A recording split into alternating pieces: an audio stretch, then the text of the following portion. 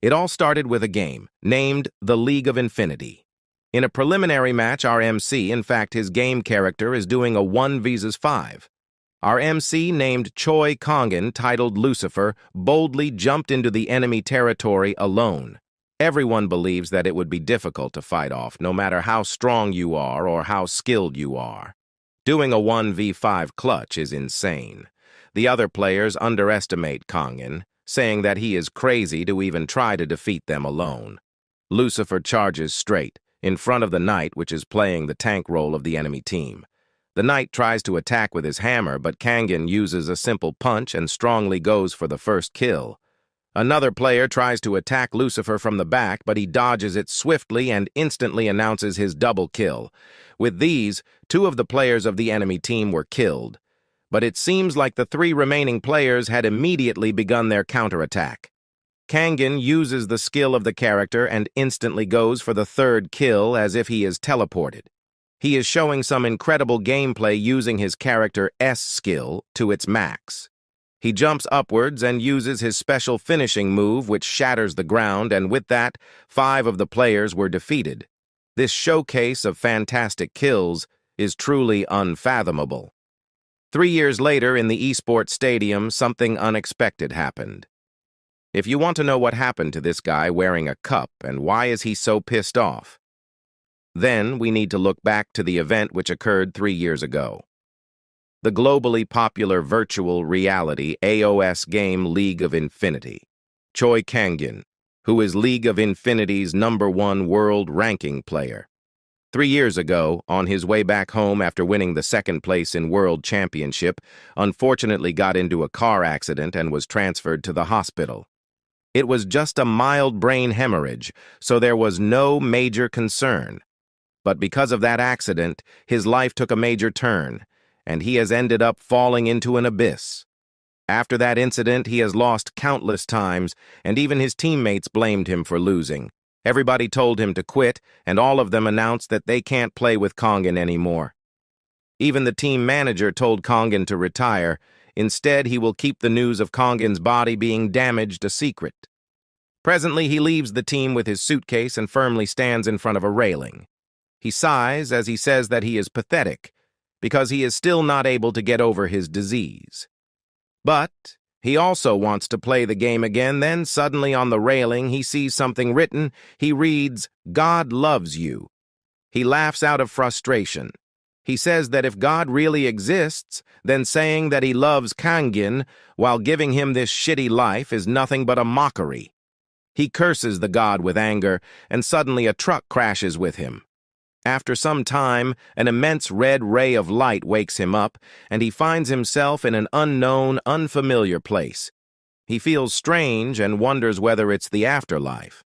Surprisingly, he hears a voice from his back saying that this place may or may not be the afterlife. He looks back to see who is there and discovers a mysterious man wearing a mask. Choi Kangen. "Don't you want to start a new life?" the man asks. Kangen blurts out, demanding to know the identity of the person who kidnapped him. The man replies that this isn't kidnapping because kidnapping only applies if the person is alive. Kangen seems rather confused after hearing this, so the man explains that Choi Kangen is already dead. The man says that he killed Kangen and brought him here. Kangen fiercely asks the man why he is doing this and what he wants from Kangen. The masked man replies that it's simply because he is one of Choi Kangen's fans. Nothing, literally nothing this man is saying makes any sense to Kangen, who is totally flabbergasted. The mysterious man explains that he loves gaming, especially League of Infinity. He watched every game that happened on Earth without missing any, and he thinks Choi Kangen is the best pro gamer out there. Kangen questions the man whether he really wants somebody to believe this trash-talking. The man replies that he never asked him to believe that.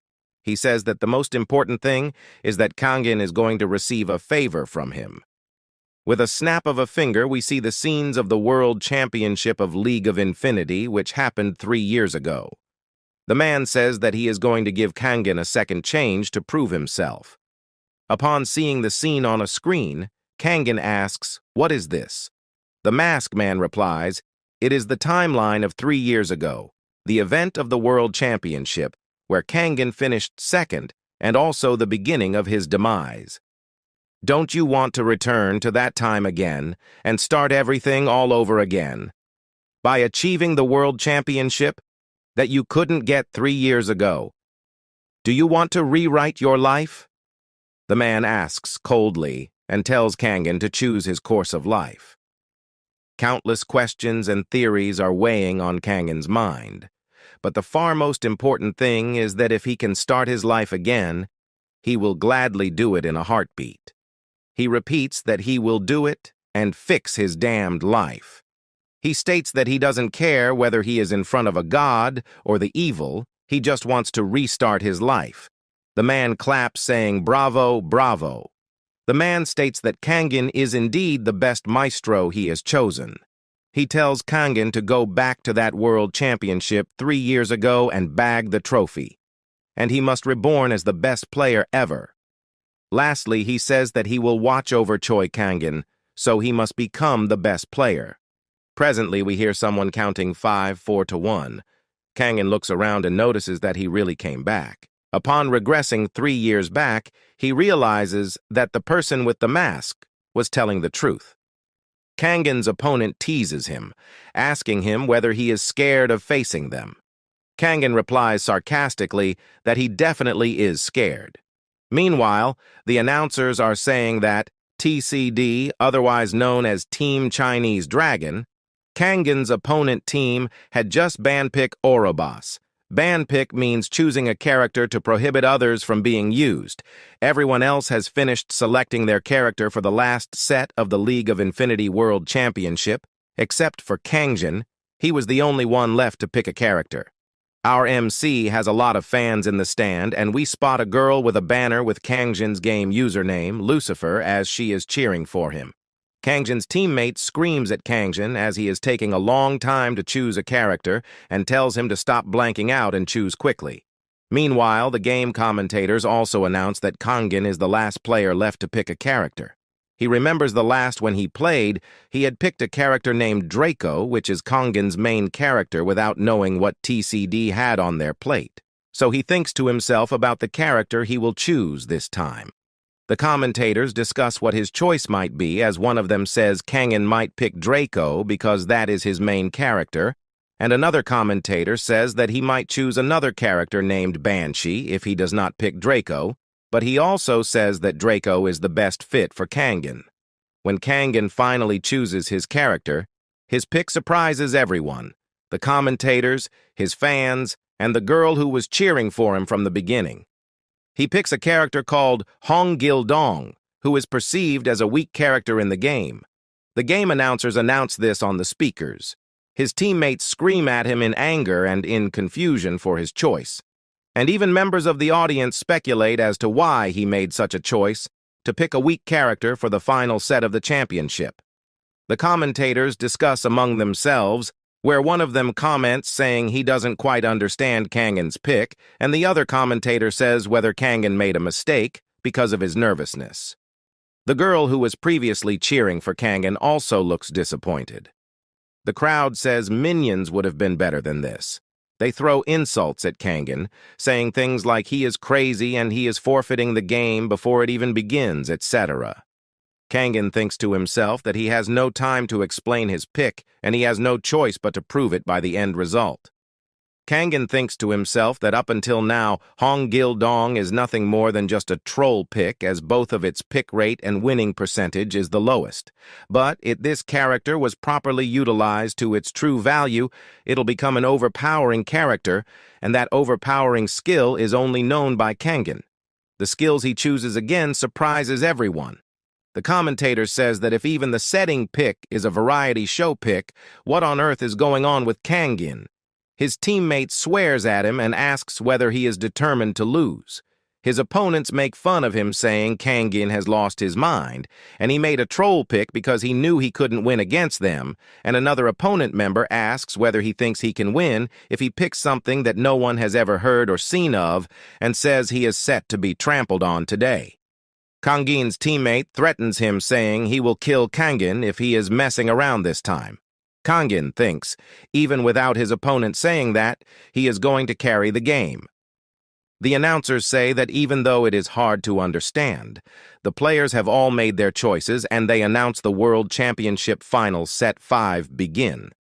They all enter a place in the game known as the Immortal Battlefield. Minions have been summoned in the game. The member of the opponent team says that with Kangin acting the way he is, the Slayers, which is Kangin's team, are no longer their match, and he says to his teammates to fight them from the very first and break their momentum. The minions of both the teams clash against each other. The commentators announce that the first player to appear in the midline is the character Gabrielle, played by TCS Xiao Wei. Xiao Wei wonders where Kangin is, when suddenly Kangin attacks Xiao Wei from behind. They exchange blows. Both of them tease each other. Kangin teases Xiao Wei by saying he has improved a lot, as he is going into Kangin's territory without any fear. Xiao Wei replies by saying it is funny coming from someone who had just decided to lose from the very beginning, and says whether Kangin thinks he can deal with Xiao Wei using such a trash character. He also says that today is the day when Xiao Wei will take away the position of world's best midliner from Kangin. Kangin replies saying it is all bullshit, and that from this point onwards, Xiao Wei is going to be trampled on by this trashy character. He says he hopes Xiao Wei came wearing diapers, because he is going to make Xiao Wei wet himself. This angers Xiao Wei, and he curses and attacks Kangin, swinging his spear. The announcers say that the curse word said by Xiao Wei is very racist, and he will be faced with a fine and a 30-day suspension because of it. The girl who is cheering for Kangin tells Kangin to kill Xiao Wei. Xiao Wei steps back a little due to all the blows he is receiving from Kangin. Kangin then uses a skill called flying swordsmanship to obliterate all of TCD's minions. Xiao Wei thinks to himself that he made a mistake, just as the commentators announce that Kangin's character has leveled up to level 2. Kangin thinks to himself that from now on, it's the second round, as he attacks Xiao Wei. Xiao Wei gets confused as to how a weak character can do this much damage to him. Their fierce battle goes on, and Xiao Wei uses a skill called Spear of Penetration on Kangin. But it does not work as the name suggests, because the spear is unable to penetrate Kangin in any way. Kangin again attacks Xiao Wei using flying swordsmanship and causes some heavy damage to Xiao Wei, lowering his health bar. He gets shocked to see his strength decrease so much and uses a skill, the turret recall, to escape from Kangin. Xiao Wei curses Kangin, calling him a son of a bitch, and says he will take care of him the next time Xiao Wei sees him. But as he is saying this, suddenly a bolt of lightning falls behind Xiao Wei, and he turns around to see it is Kangin, who has used Tower Dive from level 2. The commentators' jaws drop at this move as they wonder whether the skill Kangin has just used is the teleportation skill that lets a player appear anywhere. Kangin smirks and says to Xiao Wei whether he thinks Kangin can't catch Xiao Wei if he runs away. Xiao Wei calls Kangin a crazy bastard. The commentators say that this move is just like him, as once he sets his sights on a target, he never lets go, but he is still underleveled to dive into enemy territory. Xiao Wei says that trying a tower dive at level 2 is basically suicide. Kangin goes wild to get the first kill in the game. Xiao Wei shoots Kangin with some turret shots while calling him an idiot. This causes Kangin to fly backwards. Xiao Wei uses a skill called Holy Spear of Piercing to attack Kangin, while saying that this is what he gets for charging the tower at level 2. Kangin blocks the attack with a skill called East to West, Unstoppable, while saying, "Didn't I say I came here to get you?" He blocks the attack and gets close to Xiao Wei and attacks him, riddling him with blade strikes using a skill called Heavenly Sword Technique. When he uses this technique, he manages to kill Xiao Wei and gets first blood of the game. The commentators gasp at this, and the crowd goes wild, and the girl who was cheering for Kangin cheers harder. Announcements ring out saying Lucifer, aka Kangin, scored the first kill of the game. He managed to kill Xiao Wei, but he has barely any health left to survive the turret's attacks. But Kangen does not look worried, but instead smiles. The turret hits him and he is no longer visible, so the announcers assume Kangen died, and they say he would have been fine if he had one more bar of health, and that in the end it turned into a trade-off, but it's all good, as he got first blood and picked up 500 gold, so the early game momentum goes to Slayer's Kangen's team. But suddenly, Kangen appears saying that was not enough to kill him. His opponent gets shocked as to why he didn't get the kill bonus of 300 gold. The announcers announce that Kangen is still alive as they get surprised. His opponent Zhao Wei gets angry and frustrated at this and says, "Why Kangen isn't dead already?" Kangen survived because of his mastery pick, Victory's Roar, which gives the player 1 second of invincibility, and that is why he survived the turret's last hit. He uses his character's power to teleport using a blue flame in a cool way, saying, "See ya, suckers." The crowd and the girl cheering for him go wild at this gesture, and they give him compliments and cheer for him. Meanwhile, in real life, Kangen's teammate apologizes for his behavior with him before, and Kangen says he has nothing to be sorry about, but rather Kangen himself should be sorry for surprising his teammates with that surprise pick. In order to throw TCD off, he had to keep it a secret from even his own team. He tells his teammate to play the game like usual, and he will carry the game. His teammates all show their trust in him as they obey his words and support him. Zhao Wei gets jealous and says he survived due to pure luck. Zhao Wei kills a minion, when suddenly Kangen is back again to fight with him. The commentator in unison say Kangen is heading to mid again, sweeping up some stray minions along the way and unlocking his W skill, which is called Clone Technique. So, he goes in front of Zhao Wei and clones himself, and he and all his clones attack Zhao Wei at the same time, riddling him with slashes, relentlessly attacking and pummeling Zhao Wei into the ground. Zhao Wei backs up and says what's with all the damage Kangen is inflicting upon him. Kangen teases Zhao Wei, saying, "Why are you backing up? Aren't you the mid laner? Not gonna farm those minions? No XP or gold?" Zhao Wei gets extremely frustrated, but he handles his cool and backs off as he thinks to himself that if he tries to go in now, he would just be handing Kangen a free kill. Kangen once again secures the mid lane, and the commentators announce this. He places an item called a ward, which is a tool to reveal hidden enemies. Meanwhile, the moment Zhao Wei backs up, TCD's jungler and support are setting up for an ambush on Slayers, but as Kangen had placed down a ward, he can see all their moves. Zhao Wei initiates a surprise attack on Kangen, which he barely manages to dodge. Zhao Wei says, this time he is going to smash Kangen's head in. Kangen asks, whose head does he think he is smashing? Zhao Wei says Kangen is already caught in his trap. Kangen says Zhao Wei even sneaked into an enemy's lane to launch a surprise attack, just to catch Kangen, and no matter where he tries to escape, it will be 3 versus 1, so Zhao Wei will be on Kangen's tail no matter what. Zhao Wei, while attacking Kangen, says there's no escape for him. Kangen replies saying, Zhao Wei should have healed up a bit more before coming for Kangen, as Kangen is on fire right now as he activates a passive skill known as Instant Kill. He strikes down Zhao Wei with a massive burst, boosted by his skill effect, and receives 300 bonus points.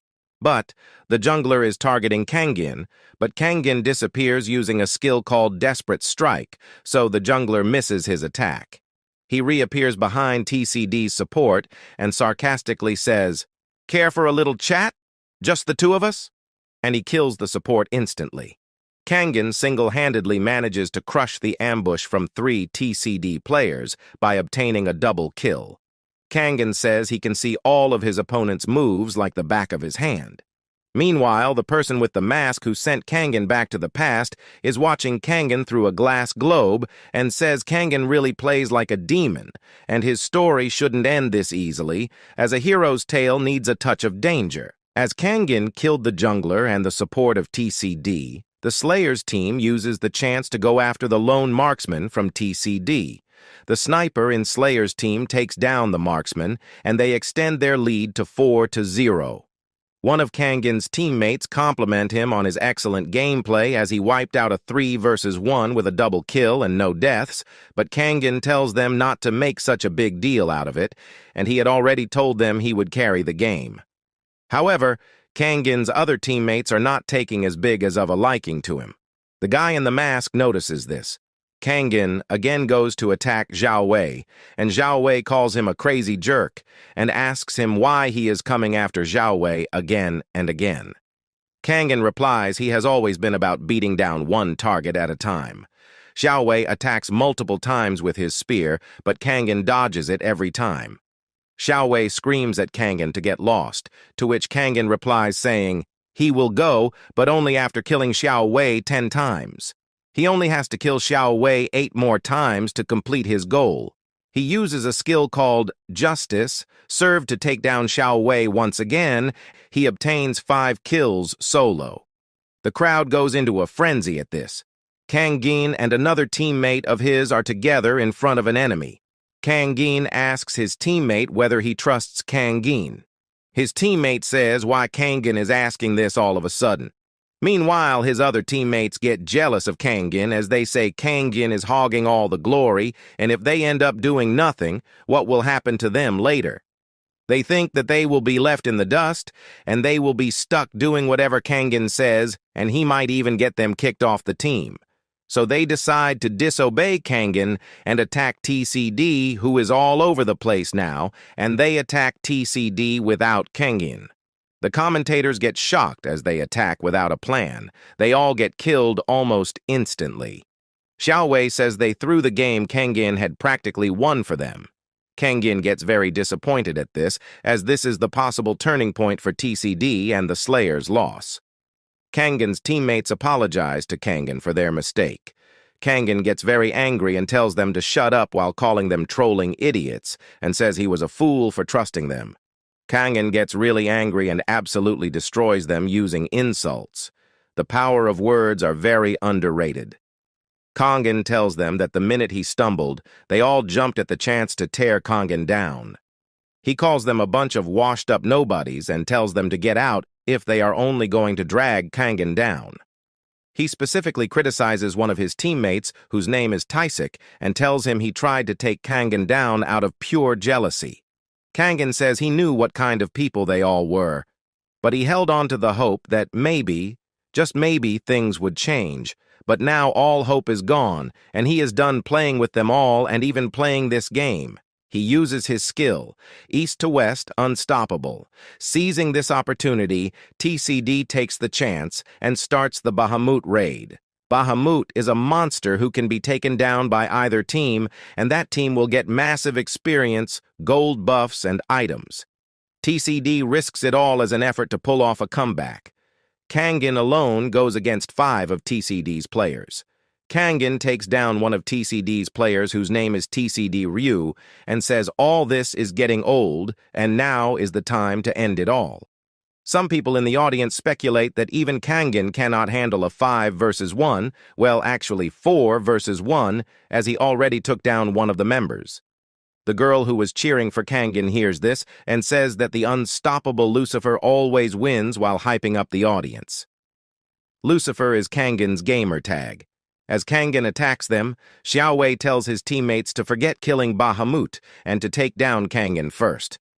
They all attacks Kangin at once, but Kangin uses cloning technique to produce multiple clones of himself. Each of his clones take on each member of TCD.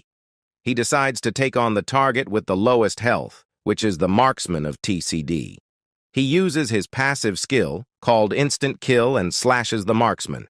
He gets attacked by another player, but he uses another sword slash to kill both the marksman and the other player. He then says that now it is the jungler's turn. Only Xiao Wei and the jungler remain at this point. Xiao Wei says this is the end and he is going to crush Kangin for good this time. Kangin tells them not to get too cocky even though it is a 2 versus 1 scenario, as the 1 is Kangin himself. As he says this, suddenly, Bahamut lands behind Xiao Wei. Xiao Wei turns around in terror to see Bahamut standing tall behind him. "You bugs think you can just ignore me and fight among yourselves?" Bahamut speaks from behind as he roars. Bahamut says that every last one of them will become dead meat today for disturbing him. Meanwhile, Lucifer smiles, thinking that the enemy team is a fool for believing that he would take a 1 versus 5 without any plans. He says that the TCD players were done for from the moment they woke up Bahamut. Taking advantage of Bahamut's chaos, Kangen finishes off the jungler with a quadra kill. Xiaowei realizes that Kangen was planning to use Bahamut as a bait from the very beginning. Kangen says that Xiaowei shouldn't die in Bahamut's hand. Instead, he should help Kangen to receive his fantastic kill. Xiaowei drops down his weapon surrendering, praising Kangen by saying that he is worthy of the title Monster. Lastly, before getting killed, Xiaowei states that the victory goes to the Team Slayers. Lucifer disagrees by saying that the winner isn't the Team Slayers, it's him, one and only him. With TCD's surrender, the game is over. The winners of the World Championship Finals are the Slayers. Now the award ceremony of First League of Infinity World Championship will begin. One of the teammates of Lucifer tries to grab the trophy, but Kangen snatches it away, saying that this trophy is his, and nobody should think about touching it. Then, the MVP of the tournament, Choi Kangin, proudly lifts the Immortal Cup. This is just the start of something new for Kangin, so he tells the Golden Mask to get ready, because he will see something even better next time. The Golden Mask guy was watching Kangin's match from above. Meanwhile, a lady named Sybil enters, calling him her brother. Sybil tells her brother that she always supported his decisions and never doubted him, but picking that guy named Choi Kangin, she can't bring herself to support this decision. She conveys that Kangin is weak. He couldn't even handle a low-level mercenary. The Golden Mask explains that Choi Kangin is a man with potential, but he guesses Sybil just can't see it for the time being. After hearing this, Sybil shouts, saying that she trusts her brother's judgment. But this is too risky. If you're going to take a risk, wouldn't it make more sense to bring in a powerhouse from another dimension? Like the Iron Blood Emperor, for example? The Golden asks, which makes Sybil flinch for a moment and grabs her attention as if she herself was about to say that. The mask guy explains that the Iron Blood Emperor is a hero who's defended both Earth and Pangaea 7 times over.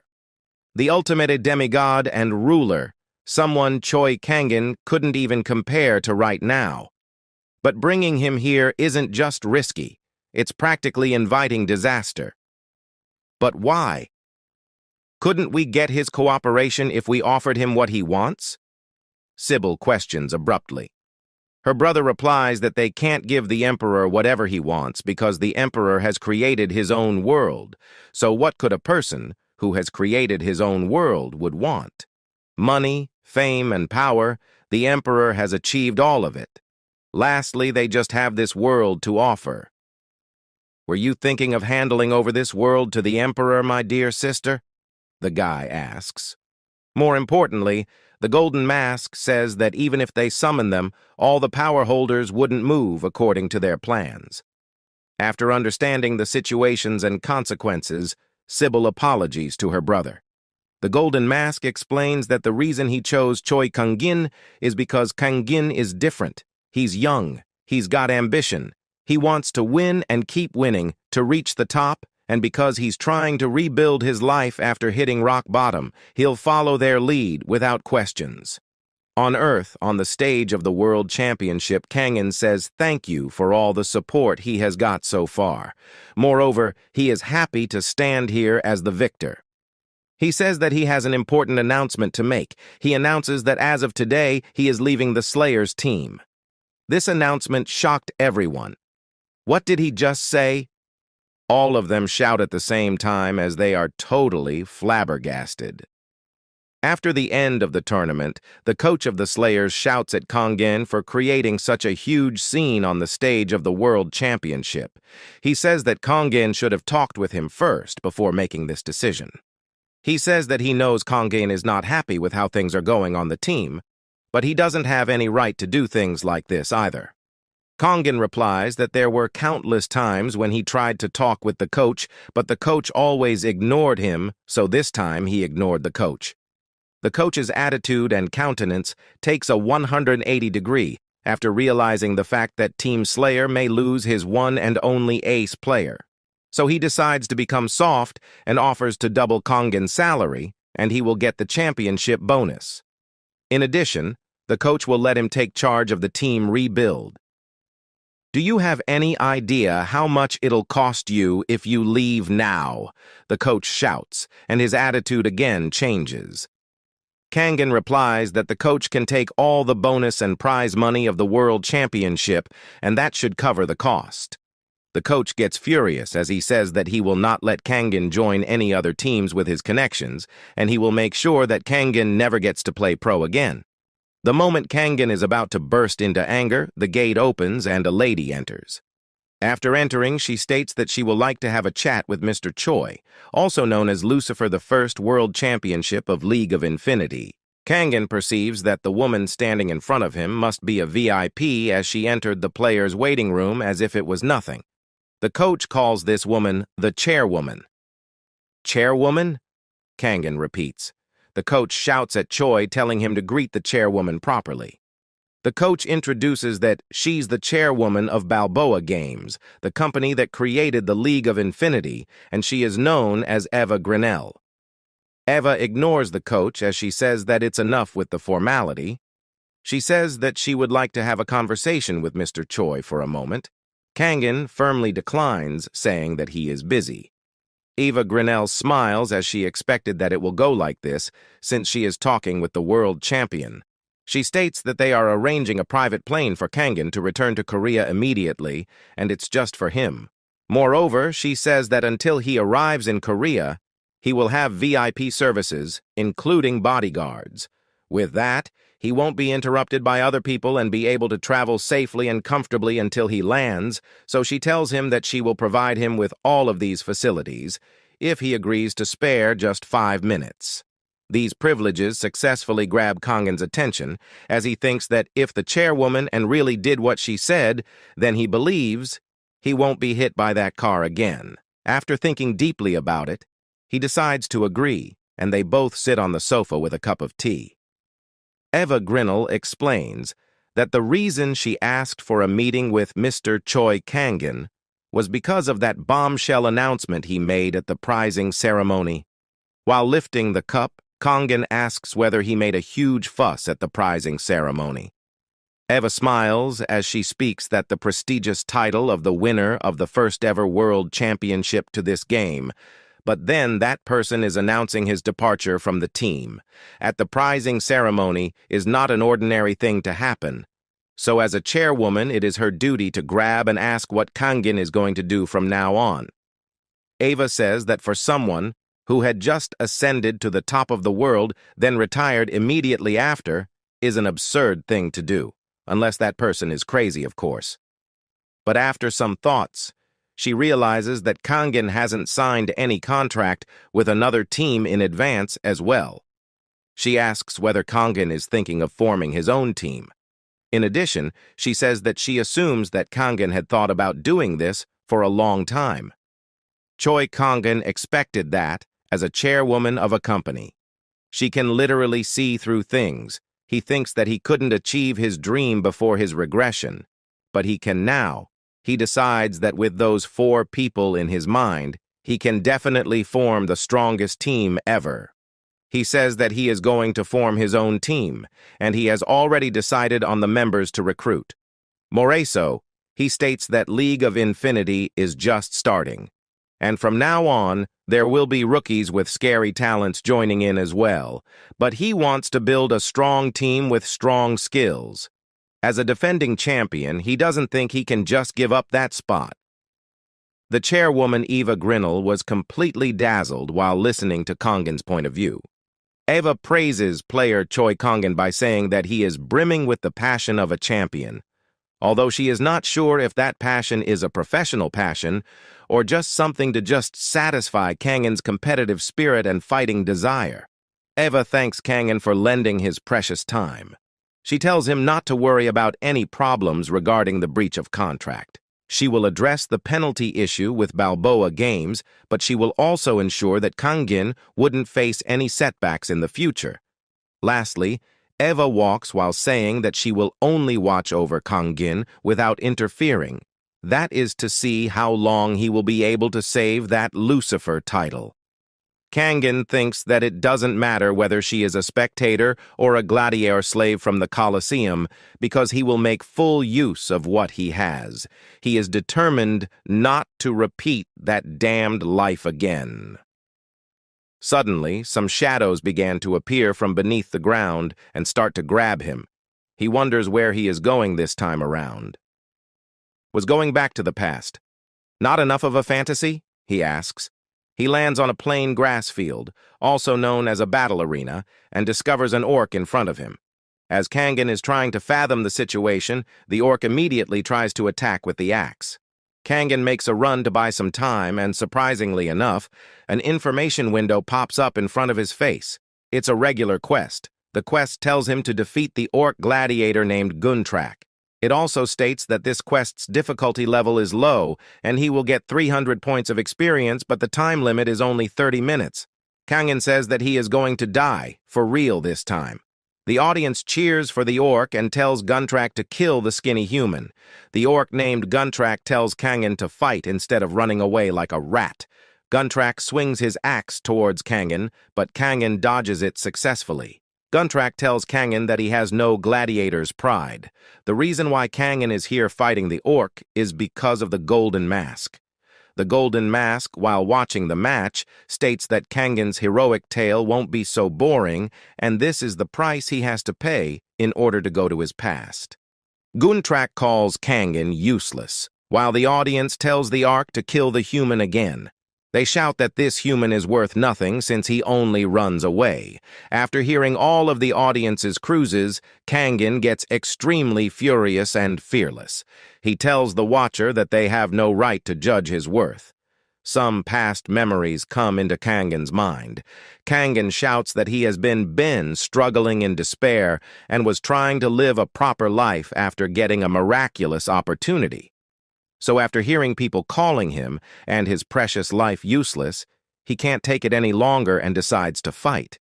He states that the one who is going to die here is not him but the orc, while awakening the rune of transcendence online. The golden mask says that it's time for Choi Kangin to finally wake up. Kangin rushes forward with a sword, and his chakra gets activated. Suddenly, an information pops up that level 30 of Imperial swordsmanship skill is now unlocked. Immediately, many swordsmanship skills unfold in his mind. He decides to try these for once and takes a stand. He starts to swing his sword like a professional while dodging the orc's attack. Finally, Kangin's sword reaches the orc's body, more precisely the left hand of Guntrak. The audience recognizes this swordplay style, and they are the flabbergasted to witness that it's the official Imperial swordsmanship. They wonder whether Kangin was an Imperial knight. Kangin gets puzzled while listening to the watchers, since he has never heard anything about the Imperial swordsmanship. Guntrak says that he didn't know that Kangin had been hiding his skills from the beginning. The orc gets enraged to know that he was fooled by a measly human.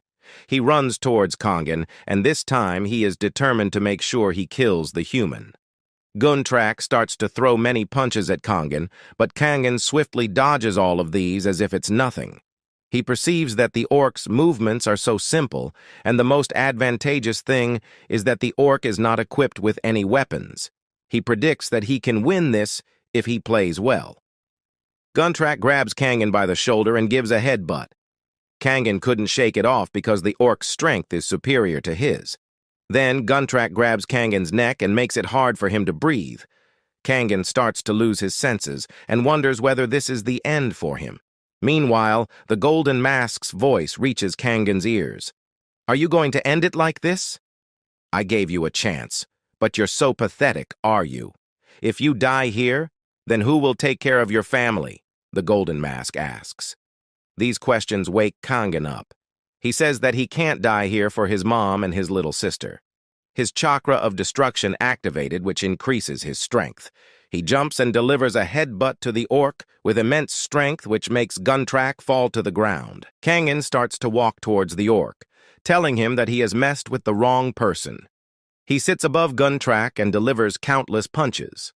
Finally, the quest is clear, and he receives 300 experience points. In addition, he reaches level 2, and his stat points increase by 10 points. Kangen smiles as he thinks that it's exactly like a game because it has quests, experience points, and level ups. Suddenly, he hears a voice. The golden mask appears, telling him that he has done a great job, since he passed the first test successfully. Kangen gets extremely angry. Test? What does that mean? You've already killed me up like how you wanted, and now you're playing me like this, he asks furiously. The golden mask replies that the human is misunderstanding the things, and it's definitely not the case here. The golden mask briefly explains that it's the price he has to pay for restarting his life as new, and surprisingly Kangen had remarkably awakened. The mask man suggests that it will be good for Kangen not to neglect his muscle training, since the real battle awaits him in the next summon. What do you mean by next summon? Choi asks. The golden mask gives Kangen a reminder, saying that the more stronger he will get, the more hope there is for his mother. Lastly, he says that he will summon Kangen after a month. Kangen returns to the earth with all his wounds healed. He notices that all traces from the previous fight have been healed like it was a dream, but he knows for sure it was real as he looks at the window before him. At that moment, bodyguard Kim Do-jin comes running. He says that he has been looking for Kangen for a while since he has finally finished checking in, sir. Choi Kangen's flight back to Korea. But what are you doing over here, sir? He asks. Kangen replies that he was just thinking of something. Then, after some time, he takes a private flight to Korea. While sitting on the plane, he wonders what the hell does the golden mask actually want from him by suddenly sending him to a weird place and making him work as a gladiator in the Colosseum. He sighs as he concludes that he has no choice but to endure it for the time being. He looks at the information window and sees that 29 days, 20 hours, 59 minutes, and 2 seconds are left until the next summon. He doesn't like this kind of thing. He lands in Korea and rides an exclusive car along with 3 bodyguards for his safety. It's said that your home is near the Nakseongdae station, so should I put it into the navigation? One of the bodyguards asks. Kangen replies saying no because he has to go to Yuan University Hospital. After reaching the hospital, Kim Do-jin asks for Kangen's autograph because his son is a big fan of Lucifer. Kangen gives the autograph, and Do-jin shows his utmost gratitude towards Kangen. Kim Do-jin states that he was barely able to play the role of dad for his son, so he says that he would like to ask whether this shirt can be used to certify for Kangen's fan club. Lastly, Kangen replies by saying of course and enters the hospital. At the hospital, he meets his sister named Miho, who is unconscious. Miho, I won. Did you see it? Didn't the caregiver turn on the TV for you? He asks while making a sad smile. Some previous memories come into Kangen's mind. His sister calling him brother in a cute way, and the day of the fire incident when he was not allowed to go closer to the building to save his family. Then he realizes that he has made a grave mistake by regressing to 3 years back just to win the world championship. He shouts out of regret saying that he was dumb.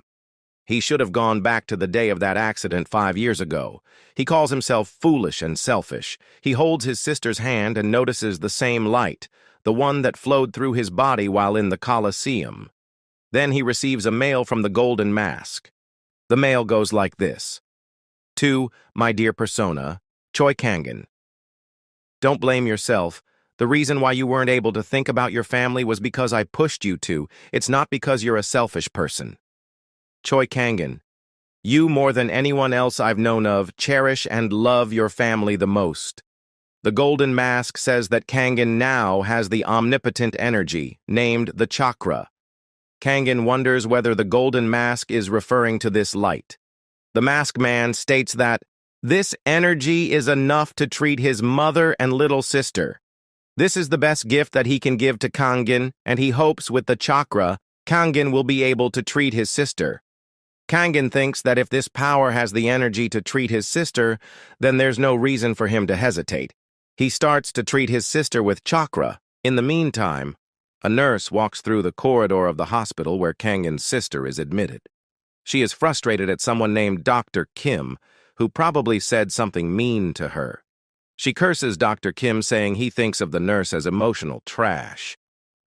She reaches Kangin's sister's room and knocks on the door while announcing she is entering the room.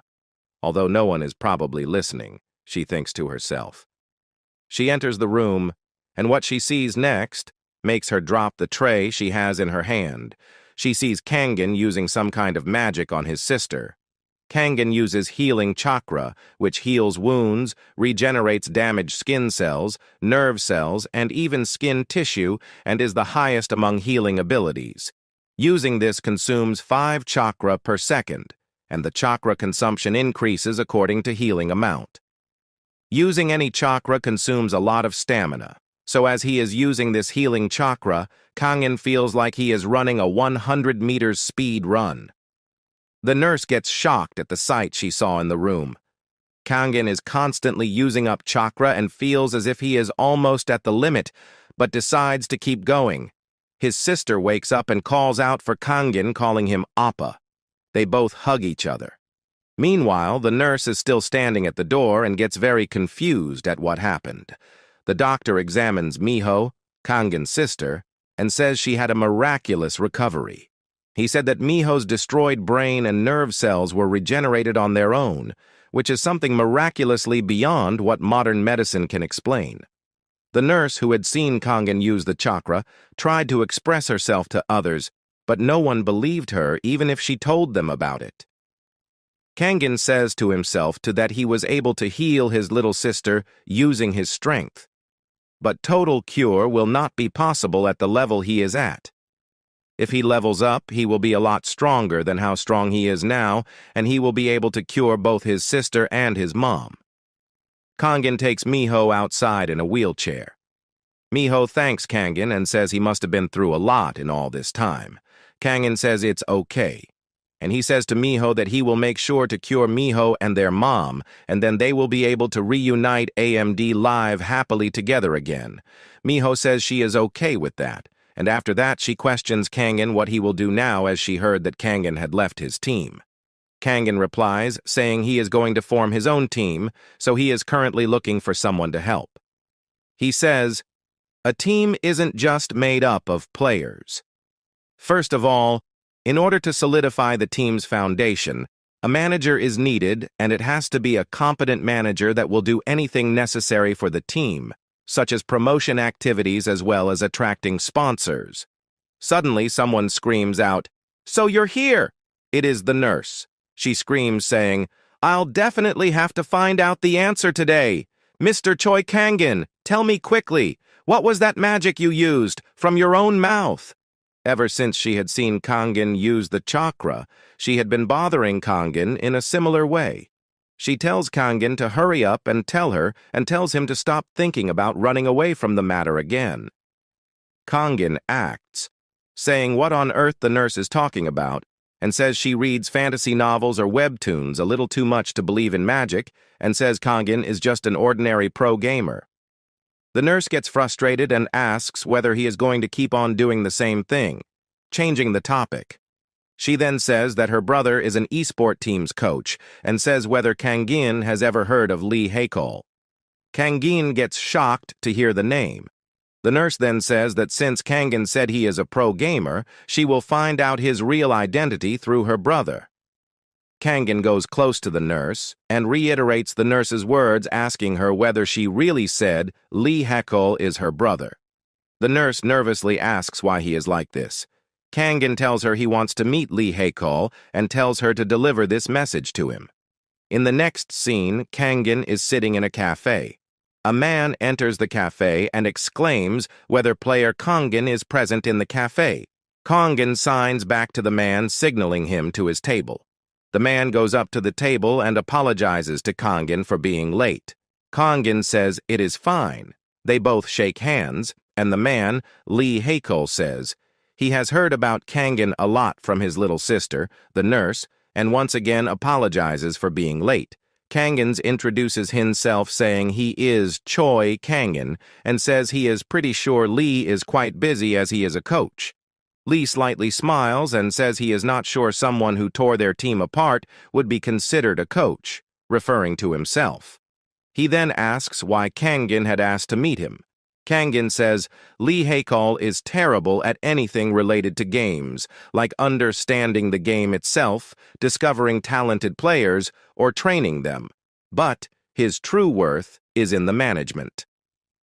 After the continuous dismissal, he joined a team called Seagulls as their team manager and had an agreement with the local government and developed them into a community club with a clubhouse and a youth system. They even turned into a notorious team with their own domed stadium. Lee Haekul gets confused to what Kangen means. So, Kangen says he will get straight to the point and says he can create a team he has sketched and asks Lee Haekul whether he would like to create a community esports club with him. Kangen slams his coffee cup on the table and aggressively asks Lee whether it is really possible to form the community club. Lee replies saying, in his point of view, it is truly possible, and asks Kangen to calm down and take a seat. Lee says he also thought about an esports community club, but he didn't know Kangen would be the one to bring it up. He gets nervous and says he is very bad as a coach, so why is Kangen asking him? Kangen says, yes, to be brutally honest, Lee absolutely doesn't have anything that it takes to be a professional gaming team coach. He doesn't even have the eye for games, and the same goes for the players. But Kangen is not expecting that from Lee. Front. Kangen is expecting Lee's front's capability, such as financial management, marketing, sponsorship arrangements, schedule planning, media management, and such. It's about Lee's ability to manage the team. How am I supposed to? Lee asks Kangen. Kangen replies saying, you can do it. No, I believe you're the only one who can do that. While motivating Lee, Kangen says he can finally create the team he wished for if Lee joins, so he truly hopes Lee joins him. Lee is in tears hearing all these words regarding his capabilities and gets extremely motivated. He drinks his coffee in one go and slams the cup on the table and screams, saying he will join and will take the position Kangen is offering. After that, we cut to a scene where Lee is laying on a couch with a few bottles of alcohol lying beside him. He wakes up and thinks that all the things he saw with Kangen was just a dream. He cries and says of course it was a dream, as it is utterly ridiculous for someone like Kangen Choi to ask him to front for his team. He covers his eyes as sunlight suddenly falls on his eyes. The light fell on his eyes as Kangen had removed the curtain from the window and asks Lee whether he is up, calling Lee Hyung.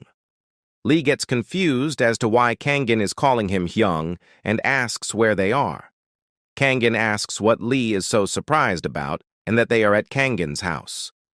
Kangen says that after they got kicked from the cafe, they continued their talks in Kangen's house and had some drinks. Lee persistently forced Kangen to drink, and it was Lee himself who had told Kangen to call him Hyung, which means older brother.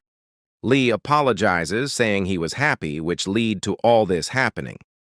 Kangen says it's okay, as they are going to form a team together in the future anyways, and it's true that Lee is his Hyung. Kangen is looking at something on a tablet, and Lee asks him what he is looking at. Kangen says he is watching the gameplay of the first candidate to recruit. Lee asks who it is. He says it isn't even a pro match which he is watching. Kangen says it is a live stream on Paprika TV, and the person is yet to make his debut as a pro yet. Kangen says the person's skills are okay, but he's a bastard that always brings trouble. The player's name is Gosu. We see a fight between Gosu and an opponent named Professor. Gosu insults Professor, saying, isn't he the professor who makes some money as BJ? Professor asks whether Gosu is a troll too. He asks whether Gosu wants to keep trolling with the skill that he has and says he is ruining the fun. Gosu cusses the professor and tells him to shut up. He says why does the professor has such a long tongue and asks whether he thinks Gosu is playing the game just to hear his lectures. Gosu makes an obscene gesture at the professor and tells him to stop flapping his gums and tells him to come at Gosu at once. The professor asks why he should fight with Gosu and says he is just going to go for the Nexus, though. Gosu taunts him, saying he guesses the professor is dead scared, as he is only a BJ who is trying to rake in money from clueless kids who think they are good. Therefore, he should just stop babbling, non-stop even when he is not a pro and is just like a beggar begging for money. The professor gets mad and cusses out Gosu. They attack each other and the professor says Gosu is going to lose today while flying towards Gosu. The professor shoots a ray of energy towards Gosu, but Gosu easily dodges the attack and taunts him, asking whether that aim is real or not, as it is very bad. He then asks whether that is the best the professor can do. Gosu then pierces the professor's chest. The professor backs off and Gosu taunts him, saying whether he is already running away. The professor gets critically damaged. Before landing the final blow, Gosu again taunts the professor, saying, "Was that all the power he had, and what kind of a BJ he is, with those mere skills," and advises him to start over again from bronze tier. The professor says Gosu is provoking, but in the end, he is just jealous of the professor for something he can't do. Gosu gets a little taken aback by this. The professor further says, with that personality, Gosu can't even leave the game room, and with those skills he can't even be a pro too, so he resorts to just trolling. He further says Gosu is just a freaking troll who can't even stand up to the real celestial pro gamer like Choi Kangen. Gosu gets extremely angry at this and lands the final blow while telling the professor to shut up, killing the professor. He rants while screaming, saying Choi Kangen is no match for him while constantly yelling profanities. He says he will sweep Kangen and tells him to come fight. Lee and Kangen were watching the fight, and Lee tells Kangen that Gosu's skill is good, but he is quite a troublemaker as a person, and Kangen says he is still the same as before, a troublemaker agreeing with Lee. Kangen says his personality is quite an ass, but Kangen believes in his physical. He might be better than Kangen in that aspect. He says Lee has a friend who runs a detective agency and tells Lee to find out where Gosu lives and bring him to Kangen ASAP. Lee says, "Aren't you being too hasty? Why don't you review other candidates first and then formally contact them?" Kangen replies, saying he can't afford that as the Gosu guy will die sometime later. Meanwhile, Gosu is reading articles about Kangen. He gets angry to notice that these days all the articles are about Kangen. Choi Kangen does this and that, describing every detail. He says that he would have been a world champion if he was there because anyone could have won the world championship. He wonders what's so great about Choi Kangen that they're being hyped up by everyone to this extent. He curses at everyone, saying that everyone looked down on him, while they hyped Choi Kangen. As he is about to lose his cool, he gets a phone call which makes him flinch. He shakily answers the call and speaks in a quavering voice. He quickly answers, saying that yes, he can just go to that place. "It will be the last time, right?" he asks. At Kangen's house, Haecheol asks, "Why's Gosu dying?" In puzzlement. Kangen just realizes that he had made a mistake because he can't go around saying people will die in the future just because he regressed, and he calls himself a fool for it. Haecheol asks whether Gosu will die in an accident, terminal illness, or murder. Kangen replies, while laughing, that it's not the case because when he mentioned dying, he didn't mean that way. He explains that those nerds who often curse in games are bound to quit the game soon and go to study properly, and that's the meaning of dying socially. That was a close call for Kangen because he would be caught up in a fuss if other people found out he had regressed. He thinks that more importantly, he needs to hurry, because before Regression, that Gosu guy died shortly after the World Championship was over. At the hospital, The nurse treats Kangen's mother and tells Miho that her mom is fine. Miho expresses her gratitude as always. She says that now, as she knows that her mom is okay, she will go and meet her brother first. The nurse offers to help, but Miho refuses, saying that, "It's okay. This is rehabilitation training too, so she will use her own strength." The nurse smiles, thinking that Miho is an epitome of a dignified kid. While leaving, Miho thinks that she can't sit still while she receives help from her brother. She, too, has to try to fix things up by herself because she knows her brother is doing his best. So she must also do her best. Inside the gym, Kangen is thinking that he needs to be stronger than now because he needs stamina to survive the Gladiator games, to protect his family, and to achieve his dreams. Then, the coach calls him from behind. Heichiol says that they have found Gosu, and it was pretty easy since a former detective looked for him. Heichiol brought all the details about Gosu, like, his full name is Young Gosu, and he is from Manhwa High School. He is a junior of Kangen. "So, are you going to look for him right away?" Heichiol asks. Kangen firmly refuses, saying that, first of all, he needs to teach this Gosu guy a lesson. Then, they go to the VR capsule room. Kangen tells Heichiol that this is the premium custom-made VR capsule that was recently brought over, so they should test its performance. The coach is amazed to see this top-of-the-line Adrian VR capsule, which is unbelievable to his eyes. He asks, "How much does it cost?" Kangen replies that it's for free. "What? Who would give such an expensive thing for free?" Heichiol questions. Kangen replies that he received it from the Balboa Games as the World Championship MVP privilege. Then, he logs into the League of Infinity and enters the waiting room. The matching starts and the other players start to enter. Kangen logs in with the ID named Overlord, and he is also called the Silent Lord. Gosu has also entered along with some other famous players. Kangen states that Gosu is a provocateur, and people say that being a provocateur is also a form of fame. Gosu notices that his alternate account, ranked 7th in Grandmaster, is getting less attention than that Overlord guy over there, so he decides to talk with the Overlord in order to provoke him. Gosu calls Overlord the Mute Overlord. "I'm going to totally sweep you out, so are you ready?" Gosu asks as he goes near Overlord. Kangen perceives that Gosu is a natural provocateur, and this kind of person always ends up as to be a total nerd in school. Lastly, Gosu announces in front of everyone that the so-called Silent Lord is acting all high and mighty, although being a lower ranked than him. The game begins and all the players enter the immortal battlefield, where they choose the character they want to play with. Kangen chooses a knight character which controls a spear. Upon seeing an opponent, he quickly charges forward and deals the first strike, which announces the first blood. Kangen notices that the opponent's team momentum has been suppressed, and suddenly he senses an attack coming from behind. He turns around to deflect the attack.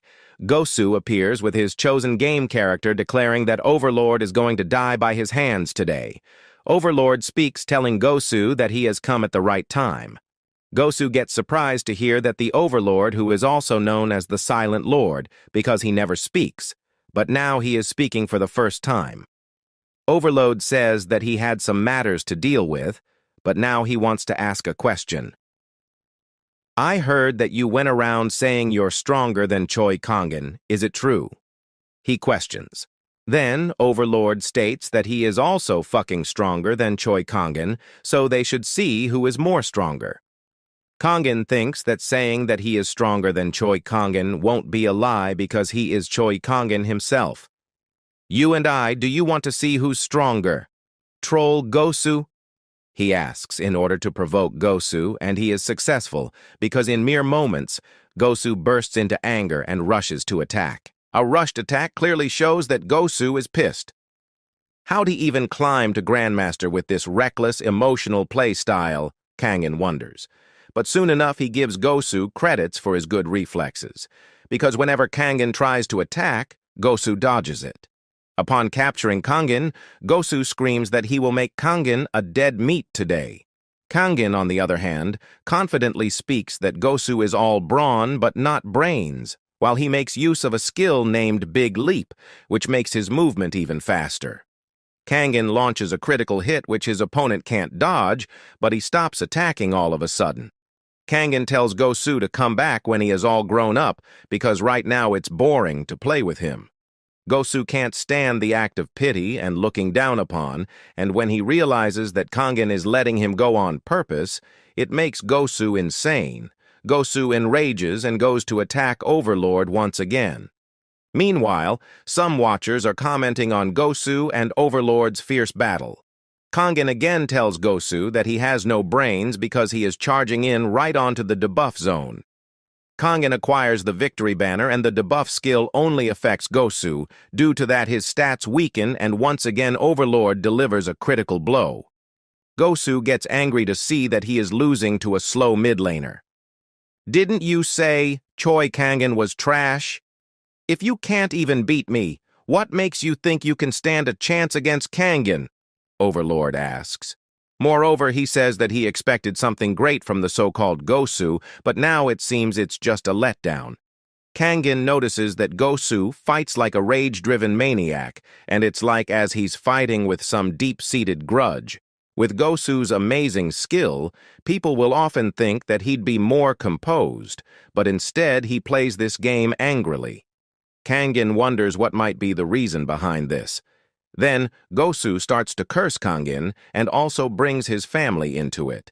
Without seconds' delay, fully raged Kangin gets out of the gaming capsule. The coach asks, "What happened?" Kangin, without explaining the situation, says that he will be meeting Gosu in person now and see who will be the dead meat today.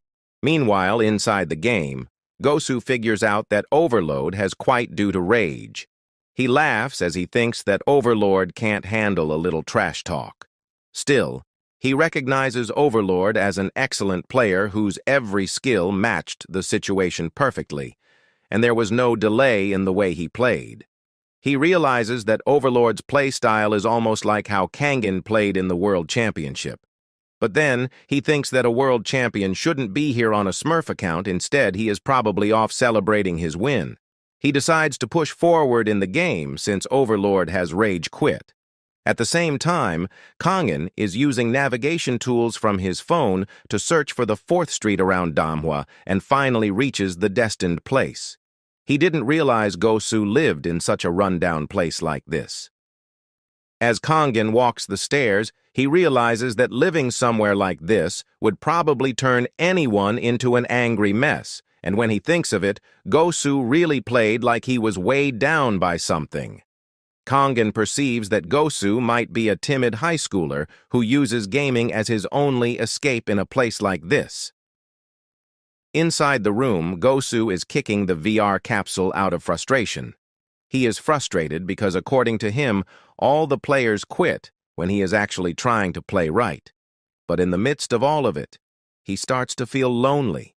So freaking lonely that his life seems a burden to him and regrets the way his life is going. He screams out that he wants to become a pro player like Choi Kangin too, but nobody acknowledges him. His rage reaches its boiling point, and he takes a knife in his hand in order to kill himself. At the perfect time, Kangin burst in with a furious countenance since he has been listening to Gosu for quite some time. Kangin asks, why would people trust a guy who is willing to take his own life when facing hardships in life? Since Kangin said previously, he has come here to see Gosu. Gosu sees that he is in front of the real Choi Kangin. At least Kangin is relieved that he got here in time. So, maybe he can actually talk some sense into this guy Gosu. Kangin looks at the thing and notices the fact that Gosu has got that kind of physical skill, even with such a trashy VR setup. Skill aside, that talent of using this VR setup is worth something. Kangin suggests that they should just calm down and talk things through. Suddenly, young Gosu makes a run along with the knife. Kangin calls Gosu countless times from the back and follows him outside the building in the street. Kangen tells Gosu to stop, because only Kangen knows that Gosu will end up dead tomorrow if he doesn't stop now. While running, Gosu tells Kangen to leave him alone. Kangen says that Gosu should listen to him for once. Gosu flips over and starts to throw bottles and cans at Kangen. "You are just like those boneheads who came here to mess with me, aren't you?" Gosu asks. On the contrary, Kangen, while dodging everything being thrown at him, is confused because he doesn't know what Gosu meant by saying those boneheads. Gosu again starts running, and suddenly a car hits Kangen. The driver gets out and asks worriedly whether he is all right. Kangen wonders what grudges he had with cars in his past life, that he always gets hit by them. The driver of the car suggests Kangen to go to a hospital first, but Kangen starts to run immediately. When he turns around, he sees that his car was rather damaged, rather than the person who got hit by it. Gosu halts for a moment and says that his life has become a total mess once again since he is swinging his knife around Choi Kangin. In fact, he considers his life to be a legendary mess. Meanwhile, Kangin has been looking for Gosu since he lost track of him previously. He thinks that, before he returned to this world, he definitely knows that kid Gosu will kill himself today, and there's no question about it. The cops closed the case as a simple suicide, but there were always people who suspected he was murdered, based on the circumstances, and the spot where he supposedly took his life was a construction site near Manhwa High School. So Kangin starts to look for it, and luckily he is exactly standing right in front of it. At the same time, Gosu is being kicked by someone from behind. A gang of 4 people approaches him, and the guy with an orange t-shirt and yellow-dyed hair seems to be their leader. The guy starts to bully Gosu and asks for money. He says that the money was due to first, but today is already 5th, so Gosu should pay it today. Gosu replies that he really doesn't have any money. The yellow hair guy grabs Gosu's hair and tells him to pay the money no matter what means necessary, and since Gosu is a great grandmaster at the game. So, a little debt will be an easy money for him. Gosu cries as he says that he can't keep going like that. Then, the bully brings out some personal pictures of Gosu. He says that if Gosu doesn't bring the money, the whole world is going to see some very good pictures of him. The bully states that he doesn't care if Gosu does boosted games or grind some other job, as long as he brings the cash. He tells Gosu that he has 2 days, and if he doesn't pay up, these photos of his will definitely go public. Lastly, he tells Gosu to imagine what would be like when the girl named Sehi that Gosu likes sees these pics of his. Gosu smiles, and it seems that he has already lost the interest to live, so he deliberately starts to attack. He shouts that at least he will these people down with him. But moments later, 2 of the guys overpower Gosu and bring him to the ground. The leader takes a brick in his hand in order to kill Gosu. He says that he is gonna kill Gosu because of the scratch in his face. The orange t-shirt guy states that his dad got connections so he can cover it up even if he kills a person, so he tells everyone to back off since he is going to do a murder today. As he is about to kill Gosu, Kangen appears and stops him. Kangen uses the chakra of fury and punch that guy hard enough to make him fly. Kangen says that these little punks in front of him with barely any life experience are acting like full-blown psychopaths, so he must put an end into it. The chakra of fury increases attack power by 20% for 30 seconds, and it costs 100 chakra points. With this, he takes care of the other bullies. He goes near the leader. The leader of the gang tries to scare Kangen by saying that his dad is a big shit, so Kangen will be in big trouble. Lastly, furious Kangen deals the final blow regarding these people worse than animals. Kangen tells Gosu that now he understands what Gosu has been dealing with all this time. Kangen now knows the reason why Gosu will retreat to games as an escape from a miserable reality like this. Kangen tells Gosu that first of all, Gosu needs to get his head straight. In the end, Kangen notices that he needs to patch Gosu up as he carries Gosu in his back. In the next scene, Gosu wakes up and tries to figure out where he is while being completely shocked. "Where am I?" he asks. Kangen replies from the side that it's his house. Then Gosu asks why he is here. Kangen replies that it's because he bought Gosu here. He then gives a quick summary of the epic journey he went through to bring Gosu here. After hearing the entire story, Gosu humbly thanks Kangin. Then he says that Kangin must be in trouble because the boy he beat up previously was a son of a congressman. "And so what, is there a law saying you can't smack a congressman's kid?" Kangen asks, as he smiles deviously. He tells Gosu not to worry because he made sure that they got out without leaving a trace. Since Gosu is just a victim of their bullying, so there is nothing to worry about. Out of nowhere, the coach Hachel appears, saying that the bullies won't be able to lay a hand on Gosu, because if they try to bully, Kangen will simply leak all the bad things they did to Gosu in public, so the congressman, after seeing what his son did, will go after his son first. Gosu says that he is still worried about that photo of his. Hyechel replies that Kangen took their phones, deleted the photos, and wiped their cloud accounts too. So there's nothing to worry about. After hearing this, Gosu gets relieved and thanks them from the bottom of his heart while crying. Kangen says that since the big problem is solved, he should mention the reason why he came to find Gosu. "Why do you think I came looking for you?" Kangen asks, deviously. Gosu replies that it's because he trash-talked Kangen, so now maybe Kangen wants to fight in real life. Kangen replies that Gosu is really messed up. Gosu says that he is really sorry for the things he did. According to Gosu's point of view, Kangen shines as he says that he wants to recruit Gosu in his team. But at the same time, Gosu is flabbergasted. He asks why he is being recruited. He says that it's all so sudden. Kangen replies that Gosu is right to think that nobody expects to recruit Troll Gosu because he is the guy trolling in ranked, trash-talking, flaming, dropping nasty insults all over the place. And he is also infamous as that Troll Gosu, who even non-gamers know about from the news. Who would be crazy enough to recruit this infamous Troll Gosu, he asks. Gosu replies, saying that he agrees that nobody with the right mind will recruit him. But Kangen says that the crazy person who is going to recruit this infamous player is him. Moreover, he says that Gosu has got what it takes to be a pro gamer, and he can bet on it. Of course, that trash talker reputation will drag Gosu down. People are going to criticize him. But if he stops making excuses and show everyone he is turning things around, he will succeed as a pro gamer. In fact, Kangen will make sure he does. Gosu shouts that he wants to be the best pro gamer ever. He stands up like a soldier and says that he will listen to every command of Sir Choi Kangen.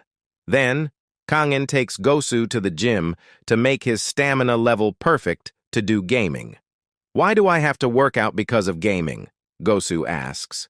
Kangen replies that Gosu will need stamina to game well too. He tells Gosu to do training, practice, even apology letters.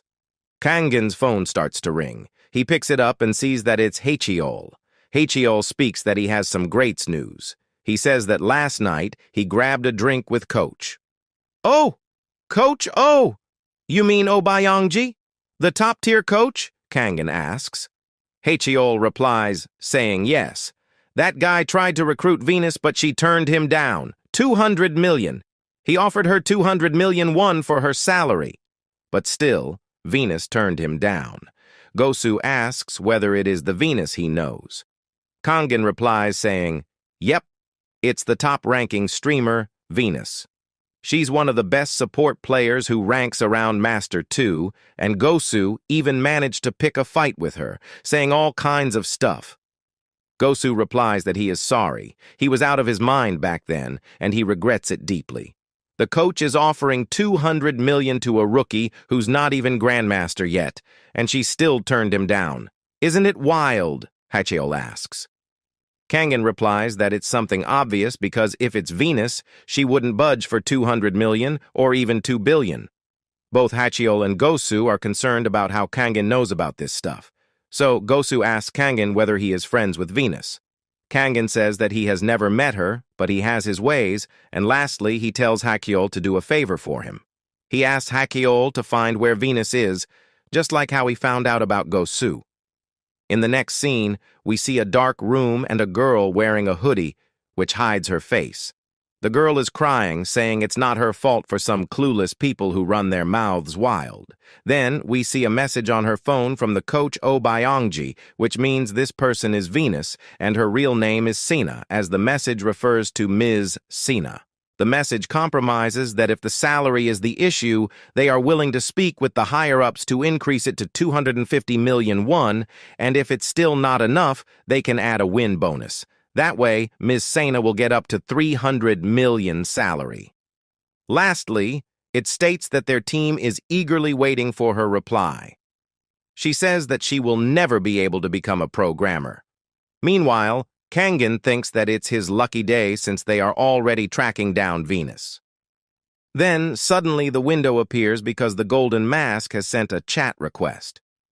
What could this be about? Kangen wonders. Suddenly, he is summoned to an unknown place. The Golden Mask welcomes his guest. Kangen says that he will be billing the Masked Man for travel expenses.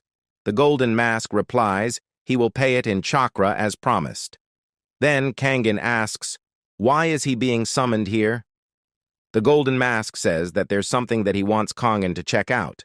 To his surprise, Kangen sees the exact copy of the immortal battlefield and even the characters are identical. Then the Golden Mask proudly shows his collection.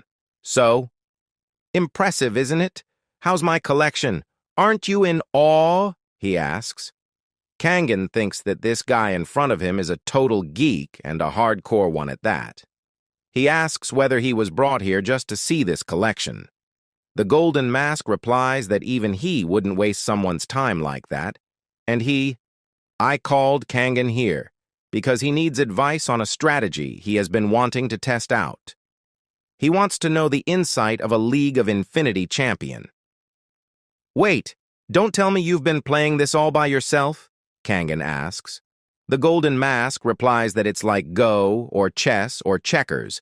It's an intellectual escape for someone like him, burdened with the duty of ruling. But since there's no internet here, he has to play alone. Kangen perceives that basically, this ruler is lonely and wanted someone to play with. Since he is here, he decides to see the strategy of the ruler, but if it's a total joke, then he is out. The Golden Mask replies that won't because he knows the basics at least, and if he receives good advice, then he will actually give Kangen a very cool gift. Firstly, Kangen finds a major flaw in the ruler's strategy, because the ruler has used the characters Hong Gildong and Bodyuang, because there is no tank, and since the red team has a powerful tank like Nas Horn, even if the blue team got a balanced poking meta, Nas Horn's airborne ultimate could wipe them out. The ruler then asks whether there is a solution to this. Kangen replies saying, sure, there's. They can just add Dimension Lord as a support. That way, the blue team won't get overpowered in a team fight against their lane. Of course, adding Dimension Lord means losing some poking power, which might leave them short on damage. From the side, the Golden Mask thinks that Kangen's point of view is praiseworthy indeed, because he's came up with a solution the ruler didn't even think of in seconds. Then, they talk about strategy for about 2 hours. Kangen is shocked to know that he was lecturing for 2 hours. He scratches his hair, calling himself a total game nerd, as he loses track of time the moment they start talking strategy. Then, the Golden Mask hands over a box to Kangen for a gift. Kangen opens it and sees that it's a ring. The ring's name is Heidi's Stealth Ring, an artifact used by the legendary thief Heiditum. It's an item that hides any trace of chakra usage. The one who uses it will be completely undetectable when using chakra on Earth. It grants invisibility for 60 seconds and has a cooldown of 600 seconds.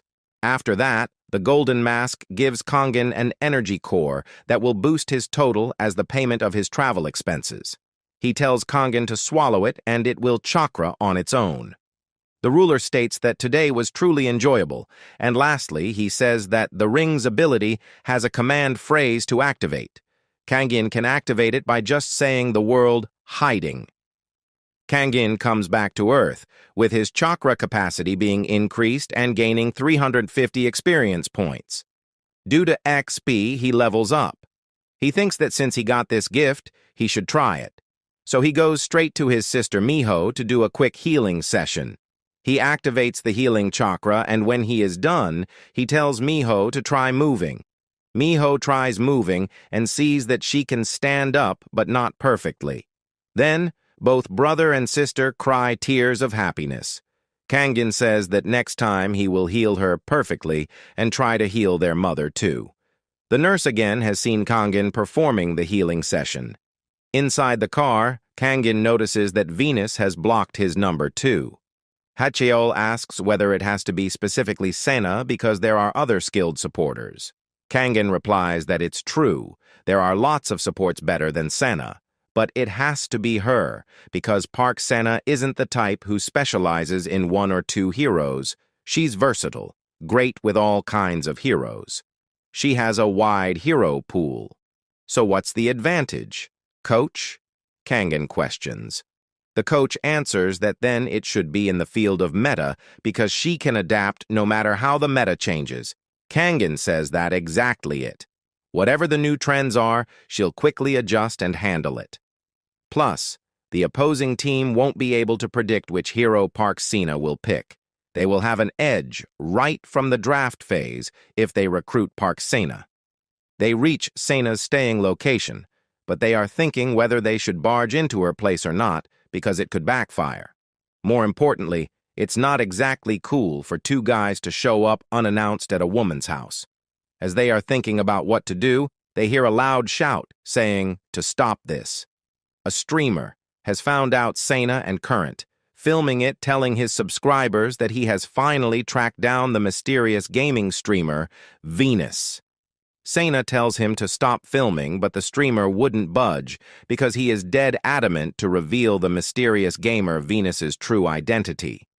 As he is about to pull the hoodie, Kangin appears and pushes the culprit back, saying that he bumped into the guy by mistake. He then tells the streamer to get lost. He asks Sena whether she is okay. Sena, at first glance, recognizes that she is talking to Choi Kangin. In the next scene, Kangin has already entered Sena's house. Sena shows her gratitude towards Kangin by saying thanks. Kangin gets straight to the point and says that he is here to recruit Ms. Sena for his personal team.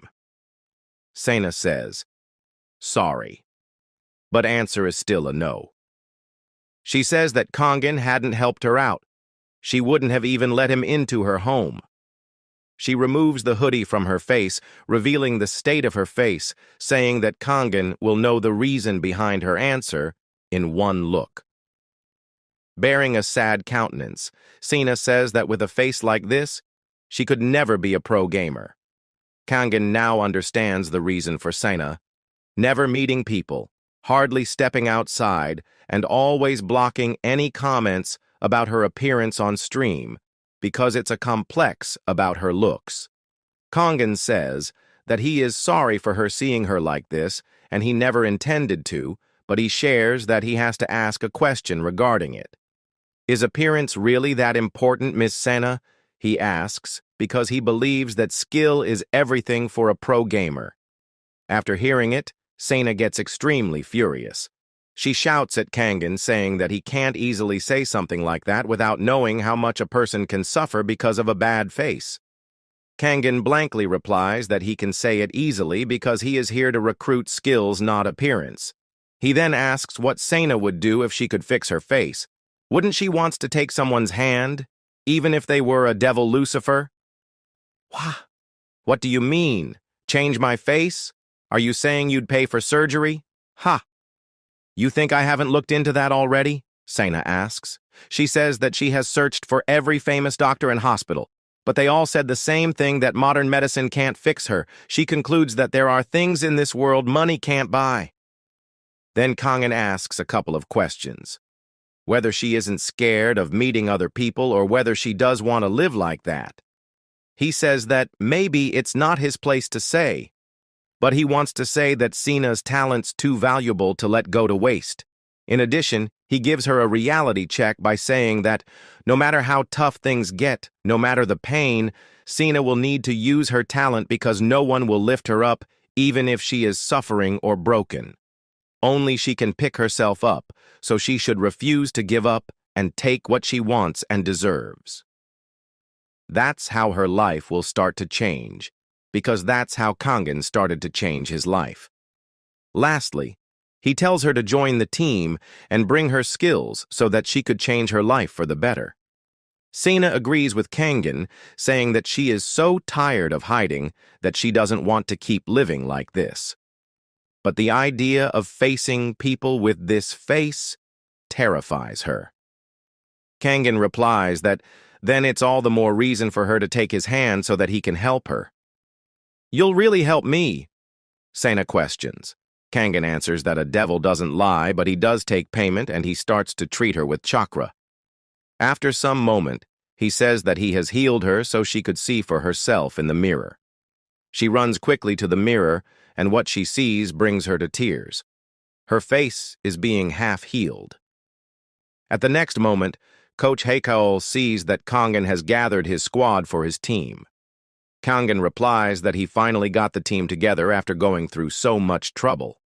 Heikaol says that he was utterly shocked when Kangen brought those two brothers in. Kangen replies that there's nothing money can't solve, in fact it gets everything right. Coach Heikaol says that he is worried because he is the one who has to find all the sponsors to pay the players. Kangen replies that in this world, someone's value is measured by money. If someone's worth it, they deserve to be recognized. Heikaol says that is why he has brought a sponsor already, and as he hears the stepping noise of someone coming, he quickly goes to open the gate. But the moment he opens and sees the chairwoman, he gets flabbergasted and shuts the door in an instant. Why is the chairwoman here? Kangen wonders. Heikaol opens the door and says that he is sorry for closing the door due to astonishment. "Wait, is Balboa Games your sponsor, dude?" Kangen asks. Heikaol answers that he thought he arranged the sponsorship with Balboa Games Korea, not the main branch, actually. The chairwoman says that it's a lovely house and greets the teammates Kangen brought. Then she says that she wants to have a chat with owner Choi Kangen, and it should be just the two of them. The chairwoman of Balboa Games and Kangen sit down to have a talk. Kangen, while sweating, asks whether Balboa Games would like to sponsor Kangen directly. The chairwoman replies, saying yes, and it would be for around 2 billion. She says they will provide a building for the team for 6 months, cover 60% of the players' salaries, and a cash injection of 1 billion KRW. Kangen nervously says that it is an excessive amount for a team that has yet to be established. Kangen asks the chairwoman what she wants from them exactly. The chairwoman says she likes that they are fast in the conversation, and that Kangen is correct as there is one condition for all this.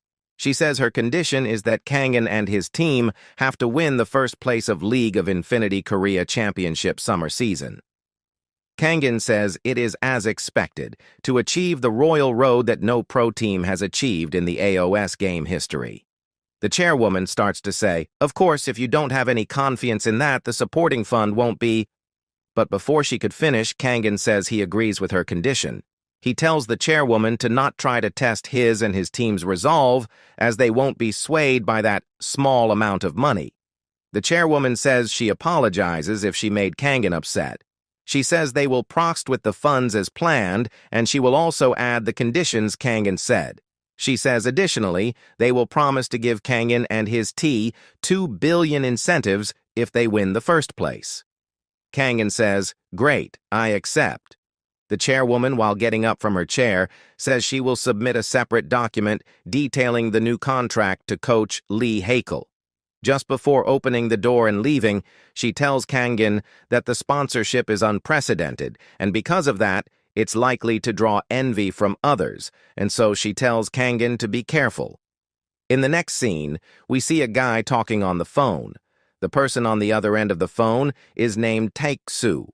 The guy tells Taeksu that he wants him to prioritize a task as there is someone they need to deal with totally. Kangin and their team declare their establishment as a team in a press conference and keep their name as Team Dream Squad. Lee Hekol announces that this concludes their declaration of the establishment of Dream Squad and that there will be a question and answer session with the media. He asks whether there are any questions.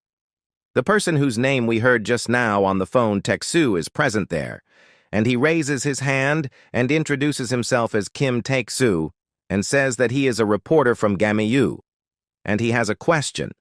Kangin recognizes the reporter who had previously wrote a column criticizing Gosu. The reporter begins by saying, "Isn't it a human courtesy for someone to take responsibility for what they've done?" He then goes on to say, player Young Gosu, also known as player Gosu, had engaged in many unmannerly acts. Even calling it unmannerly is not suitable, rather it's a crime.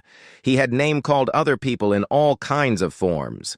Slanders, insults. There must have been quite a few people who have suffered mentally and quit playing from what player Young Gosu had done. After causing all that havoc and psychological harm, now he said that he's reflecting and has been rehabilitated. Aren't you just trying to sweep it off under the rug with a single line of apologies? So my question, player Gosu, do you really mean your apologies? Or are you pretending to reflect your actions so you can become a pro gamer? Lee Hekol tries to defuse the situation by saying that they will only be accepting questions regarding Dream Squad establishment for today. But the reporter keeps on going. He says that he would like to ask the intentions for recruiting a problematic player, Young Gosu, from the club leader himself, player Choi Kangin. He asks, "Is this what you call a match made in heaven? With you getting kicked out from Slayers after causing all kinds of problems, then felt some sympathy with someone just as problematic as you, which is player Gosu?" Kangin gets mad at this and calls the reporter a bastard in his mind. The reporter's provocative questions and statements sends the other reporters present into a frenzy. They ask whether what Kim Taeksu said was the truth, and are the rumors regarding his discord with the Slayers team members true, and what his intention was behind recruiting player Gosu. They urge Kangin to answer. Kangin thinks to himself that this is what Park Sang-jong, the person who was talking on the phone, has been aiming at. He says to himself whether the journalist thinks he doesn't know that he and Park Sang-jong used to frequent the room salons together. He says he will not allow them to turn their Dream Squad inauguration ceremony into a disbandment. He says, "Let me give you an answer," but gets interrupted by Gosu. Gosu says he has something to say. Kangin gets taken aback as to what Gosu possibly has to say. Gosu says, like what all of you journalists and reporters said, I know I can't just wash away my wrongdoings, I was wrong, but I truly, sincerely, regretted for all I've had to done.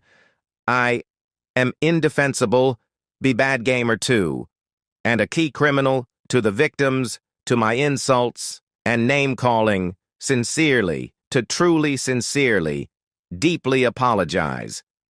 Kangin thinks to himself that Gosu is doing the right thing, and this is something he has no choice but to face. Gosu goes on saying, "I really want to change. I want to throw away my embarrassing past and start anew.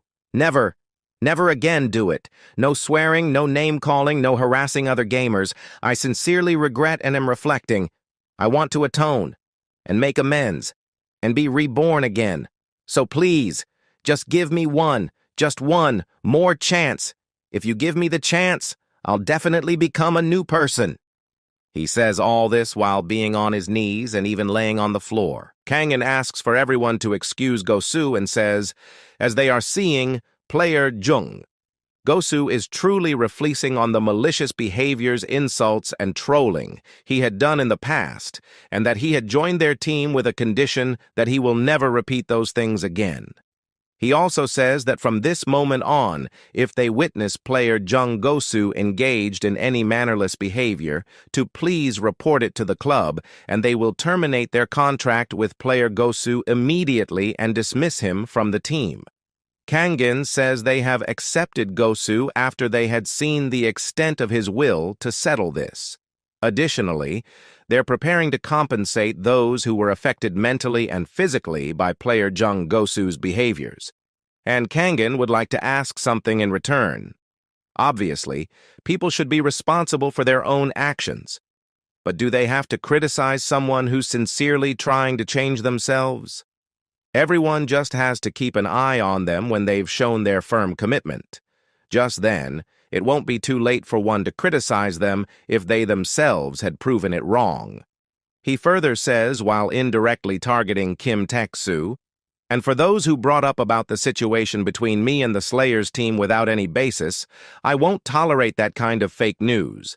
Please also take note that we won't hesitate to take legal action in the event of groundless slander or fake news about the team spreading in the future as well. Kangin says in his mind, "Do you think I'll just back down if you tried to manipulate the media like this? If you thought it's that easy, to think, again, Park Sang-jong." Lee Hae-chol announces that they will be ending the interview session here. Outside, Gosu apologizes to Kangin, and Kangin says it's okay, but he did a very great job. He tells Gosu that this kind of things will always come from now on, but he just has to do what he did in the interview session. Gosu says he understands. Kangin tells Lee Hae-chol to go with the others first, and he has something to do for a little while. Lee Hae-chol says to leave them to him. Kangin goes to a room and shut the door and locks it, as it is almost time for his summoning to planet Proxima. The time comes for his summoning, and Kangin says he has to do what he has to do, and dimension jumps to planet Proxima. Kangin gets unconscious for a brief moment, but he wakes up when he hears someone calling him. Surprisingly enough, it is the orc Guntrack, whom he previously defeated. Guntrack tells Kangin to get ready quickly because the match will be starting soon. Without understanding anything, Kangin activates the aura of fury to fight the orc. Guntrack explains that this time he is not a foe, but an ally who is going to fight alongside Kangin today. At first, Kangin seems rather confused, but then he starts to perceive the situation while telling Guntrack to find something stronger as a weapon. Kangin feels like he is being played with. As for starters, the golden mask threw him in the Colosseum and told him to fight with this orc, and now he has to fight another opponent, but time the orc will be a comrade of his. Meanwhile, the orc gets frustrated as he tells Kangin to choose a weapon faster since the match is about to begin. Kangin chooses a sword quickly and swings it to test its compatibility. Guntrack suggests that Kangin should use an armor at least. It's a hunting armor which the orcs wear when they go hunting. Kangin asks whether Guntrack has forgotten that they had battled a month ago. The orc replies that he does remember it, but they are now comrades. So as an honorable warrior, he always does his best for his comrades. He tells Kangin not to doubt and just believe in him, because they are going to win this together. Kangin agrees, saying that they should combine their strength and win this to survive. While walking, Kangin thinks that he has to survive no matter what for the sake of his mother, little sister, and also now for his new team that he gathered. They enter the arena. The commentators announce that this is the fourth match of the day, and Gladiator from the distant East Continent, Choi Kangin, and the fierce orc Gladiator, Guntrack, has formed a team to face the terrifying monster. Kangin wonders who is their opponent, and seconds later a horde of goblins runs towards them. The first goblin is being slashed by Kangin, and Guntrack is rushing towards the goblins and swings his axe, which clears some of the goblins. The audience shouts as they are enjoying the chemistry between this duo. In the middle of the battle, Kangin notices that he is receiving experience points just for being in a party of two, even though he is not killing anyone. He feels that his world is also a real game in itself. Kangin helps Guntrack by killing the goblin who was going to attack from behind. They both have their backs covered up by one another and start to defeat the goblins with ease. They defeated the horde of goblins in style. Kangin has already reached level 10, but to him, it's freaking exhausting. Guntrack tells Kangin not to let his guard down, since they won't be having goblins as their opponents anymore. A stronger opponent is coming.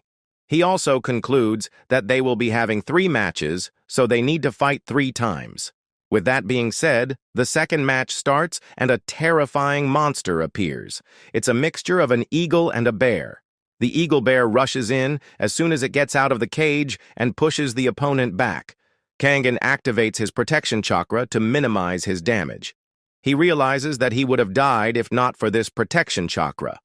While sitting on the ground, he wonders what kind of monster he is facing. The audience shouts that this monster is a rare find, so this battle will be intense and worth the watch.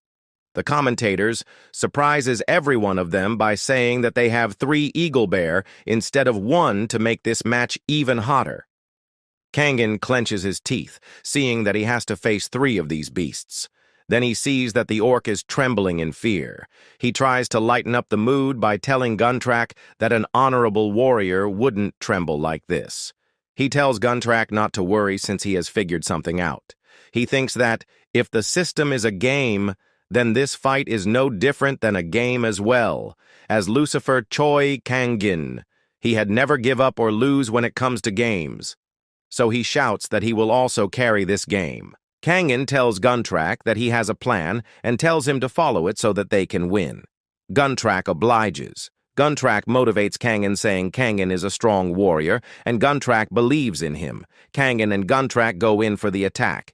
Kangen says he can possibly take down the eagle bears with his current conditions, but if he uses his stat point, which he earned to level up his skill levels, he can succeed. He uses the stat point to increase his chakra in total, stamina, and agility. Kangen goes to attack the first eagle bear, but he almost gets hit before he could land his blow. Guntrak jumps and attacks another one using his huge axe, but gets smacked so hard that he flies back. Kangen activates his speed chakra. Each increases his movement and reaction speed by 30%. The eagle bear attacks Kangen, but due to his increases reaction speed, he dodges it. Kangen then jumps on top of the creature and stabs it and calls Guntrak for assistance.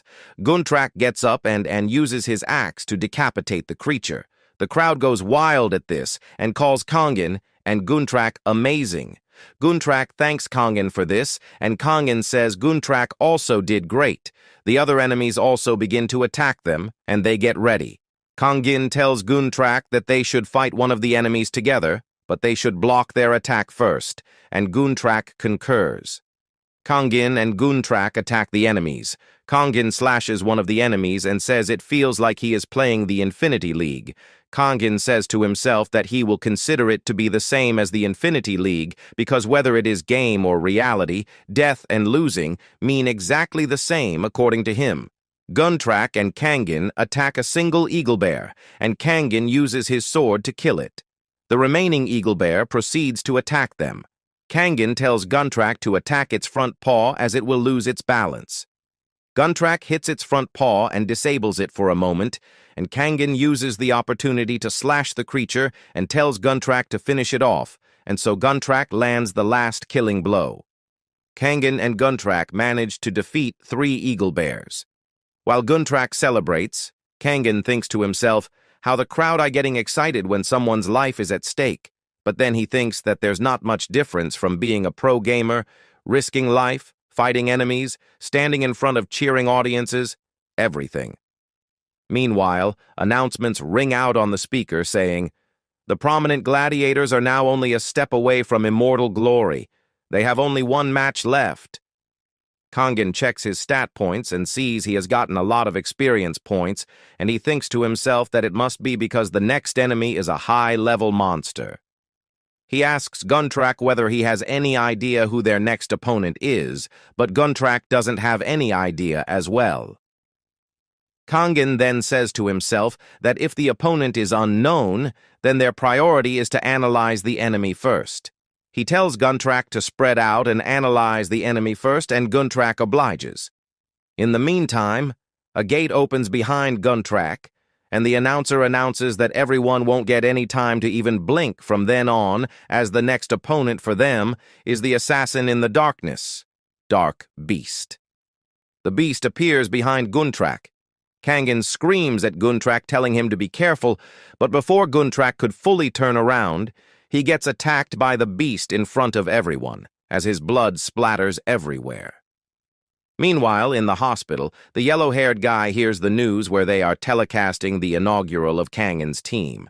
The journalist on the TV says, "An inaugural ceremony of the Dream Squad. Choi Kangen's new team with players of League of Infinity was held just a little while ago. There were some pretty aggressive questions asked." Now let's listen to the interview with young Gosu, the player who was at the center of the controversy. They then play the clip of Gosu apologizing for his previous mistakes. The yellow-haired guy says to himself how someone like young Gosu can become a pro gamer, a mere someone like Gosu, who would just play as his ATM. He says he will not let it go and he will kill Gosu. He will ruin his life. He activates his AI assistant on his mobile and tells it to call his mom. His mom picks up and she asks him if anything is wrong, or if he feels uncomfortable, or there is anything he needs. He says there is no such thing. He just has something to say. He says his mom had told him that if there is anything he wants, his mom will grant it. His mom says yes and tells him to just say what he needs and she will arrange it. He smirks and says he has been thinking about it in the ward and he wants to become a pro gamer. Meanwhile, back at the arena, Guntrack gets badly hit by the Dark Beast and Kangen screams in terror. He rushes forward while noticing that the monster disappeared in an instant. So, before it goes into hiding, Kangen decides to attack it, but the Dark Beast disappears again. It gets behind Kangen and immediately attacks him. Even with the protection chakra on, the beast deals a severe damage to Kangen. Without lingering, the beast again starts to attack, but because Kangen swings his sword, the beast disappears and goes into hiding again. Kangen notices that Guntrack is in a bad shape, so he runs there to give him a hand. The orc says that he doesn't want to die here. Guntrack asks how they can even fight a beast whom they can't even see. Kangen smiles as he sees the footprints of the dark beast. He tells Guntrack that there is a way for them to win over that damned hiding cat.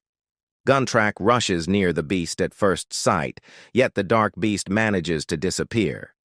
Kangen realizes that the beast can hide its body, but it can't control the surrounding variables 100%. He follows the beast's footprints and predicts that it will attack from the orc's left side, so he immediately goes to block the attack. Kangen avoids and counterattacks at the same time. Finally, he manages to deal some damage to the beast. As Guntrack is about to attack, the beast pushes him back by a strong attack and goes into hiding again so that Kangen can't attack. Then Kangen remembers that he has that ring which can be used for hiding. He uses the hide's ring to hide. Guntrack sees that both Kangen and the monster are now gone. He feels that the human has abandoned him and ran away. Suddenly, the dark beast appears right in front of him. The orc struggles to stop the beast by holding its mouth. He says that he can't die here since he has people to protect and a family to feed. Meanwhile, Kangen is waiting for the right moment to appear in order to strike the beast. He thinks that he has to kill the monster in one shot. Guntrack couldn't hold the monster any longer and falls onto the ground. While lying on the ground, Guntrack realizes that this may be his last moment, so he shouts that he is going to die proudly and honorably. Kangen appears right in front of him as a ray of last hope. He tells Guntrack not to be too dramatic because they are not filming a drama here. Guntrack gets angry at that comment and he calls Kangen human in an annoyed tone.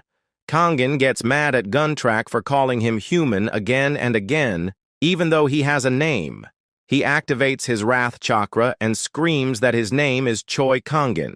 He uses the Wrath Chakra to attack the Dark Beast. He then lands another blow with his sword while asking where the beast thinks it's at, and he manages to decapitate the beast. Kangen huffs and puffs while telling himself that he thought he would die for real this time. The crowd erupt in cheer at Kangen slaying the beast.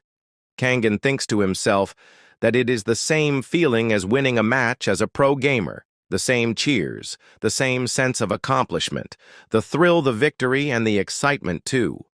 Guntrack from the back tells Kangen that wasn't Kangen running away as he said before. Kangen replies saying no, and he was just waiting for the right opportunity to win. He then scolds Guntrack, telling him to stop calling him human, and that he has a name, Choi Kangen, and Guntrack obliges. Meanwhile, announcements ring out on the speakers saying, "Please give a big round of applause and cheers to Choi Kangen and Guntrack for their glorious victory. We have a prizing ceremony coming soon, so Gladiator, Choi Kangen, and Guntrack, please come up to the stage." Kangen says what prize-giving ceremony they are talking about and say who the hell likes prize-giving ceremonies in an annoyed tone. But on the other hand, Guntrack is exhilarated and excited for the prize-giving ceremony.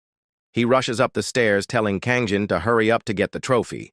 Kangen asks Guntrack whether he thinks that they will give something amazing in the prizing ceremony, maybe like gold or jewels.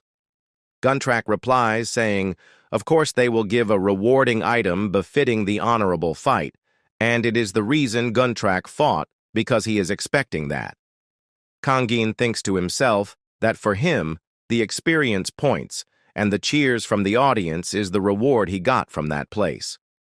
When they reach the top of the stairs, they get greeted by the conservator of the Colosseum, Polybius, who says it is nice to meet the warriors, Kangen and Guntrack. Polybius compliments them, saying the match was really amazing, and even the audience seems to be very satisfied. He tells Guntrack that he and Guntrack have known each other for a while, and tells him Guntrack still looks energetic and cool.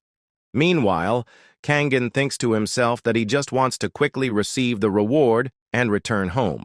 Polybius then moves on to Kangen, complimenting him, saying he plays very well for a beginner, and that skill which he was hiding is very uncommon, and he says he has high expectations for Kangen. Polybius begins to say, well, if you keep fighting without losing your dream as a gladiator, then you can become immortals, but stops mid-sentence and says, wait, never mind, nothing. Kangen thinks to himself, what the old man is babbling about, and he's not even trying to make it better for one who just got dragged here. Kangen replies, saying Gladiator's dream is bullshit, and it's not something that he wants to do, and there's no way for such things. Polybius instructs a knight in the back to bring the reward for Kangen and Guntrack. The knights bring over some glass containers which contain objects that appear to look like eggs. Guntrack is shining with excitement, while Kangen is extremely annoyed. He annoyingly asks Polybius whether he is kidding with him. Polybius gets offended at this. Kangen goes on a rant. He says they put their lives at stake and barely survived, but all they get is these eggs that Polybius calls an item. He asks what Polybius wants him to do with the eggs. Does he want Kangen to boil the egg and eat it? Polybius gets shocked at these statements by Kangen and asks him whether he knows what the eggs are. Kangen asks whether it is a dragon egg or something. Guntrack clarifies for Kangen, saying Kangen is from the eastern continent and he does not know what mother bird is. Kangen gets confused to hear the word mother bird and becomes curious as to what it is. Polybius shakes his head repeatedly and says that even if he is from the eastern continent, is Guntrack trying to say that the people of the eastern continent aren't descendants of the mother bird or what? Kangen thinks to himself that the old geezer, Polybius, is driving him nuts. Kangen asks what the mother bird is and asks whether it is something like a huge chicken. Polybius says it's the mother of all things, that all living in Proxima are the descendants of the mother bird, and that every living being is born from the mother bird's eggs. He says that any living thing can come out of the mother bird's eggs, maybe a deer or an orc, etc. Kangen says, so no one knows what's going to pop behind those eggs, is it? Polybius replies, saying exactly, and so he and Guntrack have to choose carefully. Kangen is on his last nerve and he loses his patience and screams out saying Polybius is joking. Polybius asks whether he is not satisfied with the reward. At this, Kangen absolutely loses it and goes up in flames in anger, saying, I hate that gambling thing the most. Does giving a lottery ticket as a reward make any sense to you? Dirty luck game. Meanwhile, Guntrack tries to calm Kangen down. Kangen, in a rage, says to himself that even thinking about how his 17-plus weapon broke back then make him grind his teeth, and tears come out of his eyes because of his intense anger. Kangen says that anyways, he can't take that, and tells Polybius to give him something else, either money or something. Polybius absolutely not, while sweating. When Kangen asks in a fit why not, Polybius replies saying that due to a failed investment from the Gladiators Association, the budget is tight, and after hearing this, Guntrack holds Kangen to stop him from going buck wild and destroying everything in sight, including Polybius. In a last attempt, Polybius sternly tells him that he can't change the reward and to just take it and get it done. They take the eggs and go back to the barracks. Kangen is extremely upset and says he is going to annihilate Polybius if he gets his hands on him, while on the other hand, Guntrack is extremely happy with his reward. He is all smiles and says he is going to sell the egg he received and get some gold, eat meat, drink beers, and buy gifts for his family. Guntrack tells Kangen to come with him together. Kangen asks where, and Guntrack says Kangen is a great comrade and he has saved Guntrack, so he tells him that they should go and eat some meat together. He says his family would love Kangen too. In his mind, Kangen thinks about his mom, his sister Miho, and those who are not blood-related to as his family that he has to take care of, and so he agrees to go with Guntrack, happily saying, "Dinner sounds good."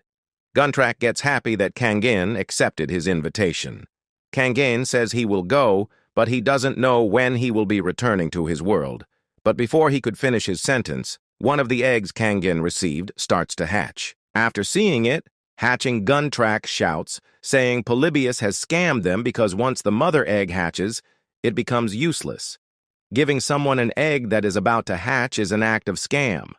Moreover, he says that previously, after the eggs hatched, some common animals like a badger and a frog came out. After hearing this, Kangen thinks that he is not really into selling eggs, but at the same time he wonders what will come out this time. Surprisingly enough, a baboon comes out, disappointing Kangen. He gets enraged to see that his reward for risking his life is a baboon. Then he realizes that it's all about, and his luck has never been better. He remembers that there is another egg, and it also starts to hatch. Guntrack tells Kangen that this time he will get something good. Kangen says that he has no hope because his luck is garbage anyways. He laughs as he says that time maybe he will get platypus because they are rare, though they are not useful. Suddenly, the light intensity increases, and Kangen says that last time when the baboon came out, it wasn't like this. Guntrack says that he also hasn't seen anything like this before. Kangen wonders what on earth is about to come out. Meanwhile, on Earth, Kangen's team along with the coach are traveling in the car. The teammates are worried that Kangen has gone for too long without saying anything. Hechol says that it's Kangen they are talking about. He's the best gamer in the country. Wherever he goes, he's the center of attention. So, he's probably just swarmed by fans signing autographs. Gosu says that this time Kangen has gone without saying anything, and that's why he is worried. The coach remembers that previously he had a chat with Kangen. He remembers Kangen saying that his former coach, Park Sang-jong, is way dirtier than the public thinks, and Kangen made a mess out of that kind of person. So Kangen's former coach will do anything to attack him, no matter the means, not just media attacks. He might even try to kill him. Hechel quickly gets out of the car telling the others to wait. As he is running, he wishes that what he has been thinking doesn't really happen. In the arena, upon seeing a baby dragon, Kangen asks whether he is seeing or not. Guntrack says that he hasn't eaten meat for a long time, so he might be hallucinating. He also says that he can't believe in his eyes now that he is seeing a silver dragon. "What's a silver dragon?" Kangen asks. Guntrack says that he once saw a mural of a silver dragon. The greatest heroes rode silver dragons. Silver dragons are friendly to humans. They are an epitome of gentle dragons. In addition, long time ago, an emperor bought tons of eggs trying to hatch a dragon but failed. His empire even collapsed because of it. So Kangin has achieved something practically impossible. As Kangin stares at the dragon, it starts to move closer to Kangin. Kangin takes an alarming stance, ready to face anything dangerous, but the dragon just gives him a lovely smooch. The silver dragon introduces herself as Lorien. She says that she was asleep for so long in the dark, but she is happy that her master woke her up. By master, she is referring to the person standing right in front of her. She says that he wants to be with her master forever. Kangin gets confused at first, then he wonders while smiling that he has now become a master of a dragon. At the same time, Polybius enters with a smirk on his face, because watching gladiators hatching some birds and other useless stuff is the best feeling for him. The look of despair and annoyance of the gladiators is a form of salvation for him. Upon entering, he asks what they got. First, he notices the baboon and claps, saying that it's a fantastic creature to pull. He turns around to see what they got in the other egg. He says that maybe it's a goblin. Then, he feels something heavy on his bald head. Upon seeing a silver dragon, he asks whether he has lost his mind because of his age. He immediately faints after realizing that it's actually a silver dragon. He wonders how can silver dragon came out from a 2-coin cheap egg. Kangin says that it serves him right for trying to scam them. The time that Kangin can spend in this dimension has ended, so he is being immediately transferred back to Earth. He feels like he is frozen, but the other people around him are moving. On Earth, Heichol is slamming the door of Kangin, telling him to come out. He tells Kangin to answer, or else he will come by force. After landing on Earth, he sees a notice telling him that the synchronization has failed due to bound entities, so it will result in a temporal loss. He wonders what the system means by it and starts to look around.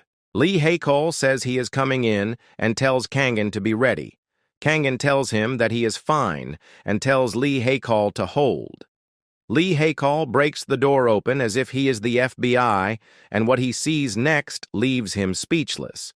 He sees Kangin with a monkey and a girl. The silver dragon had turned into a girl due to the error. Kangin breaks into a sweat, and Kangin and Lee Heichol both stare at each other for a few moments.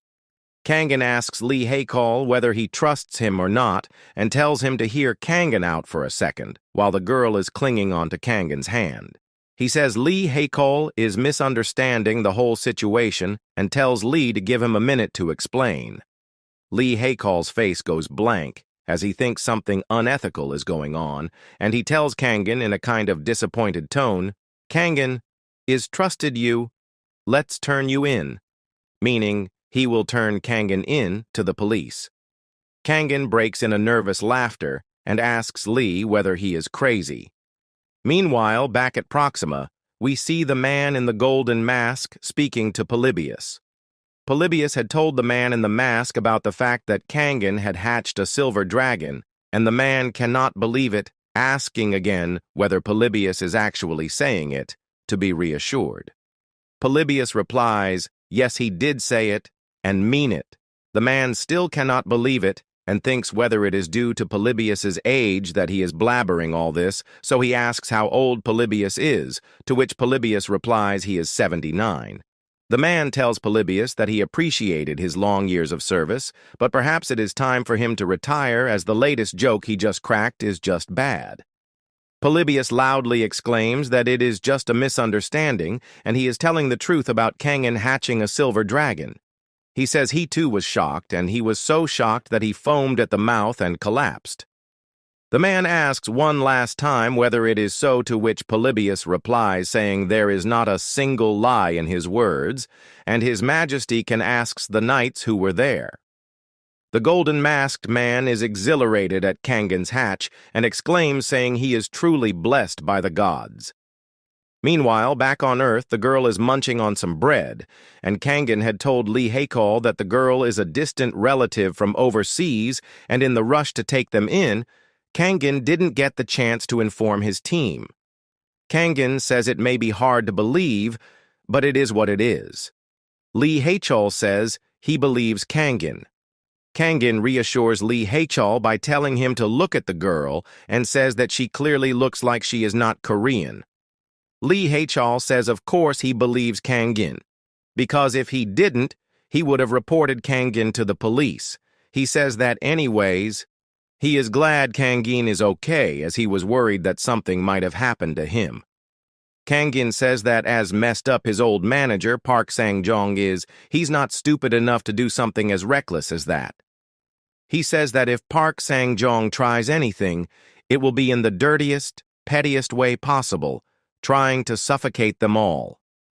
Lee Haechul says they will deal with it together if something like that happens. Lee Haechul asks Kangin what he is going to do with the girl, whom Kangin introduced to Lee Haechul as Lorian. He says he will take care of her for now. He tells the girl to call him Appa instead of Master from now on, and the girl obliges, hugging Kangin in excitement. Kangin sighs and says that if she acts like this again, she will be put in a dragon farm. Lee Haechul hears this and gets confused at what he said, and Kangin gaslights him into thinking he never said anything like that and that he simply told Lee Haechul to get the girl some clothes. The girl's stomach grumbles as she is hungry. Lee Haechul gets surprised as to how the girl is still hungry even after eating a lot of bread and milk, and assumes that it's due to a growth spurt. The girl tells Kangin that she is hungry and she wants to eat a wild boar. Kangin buries his head in his hand and asks whether he is going to have to buy an all-you-can-eat barbecue place or something for her. After all this happened, time went on, and Kangin quietly managed various tasks.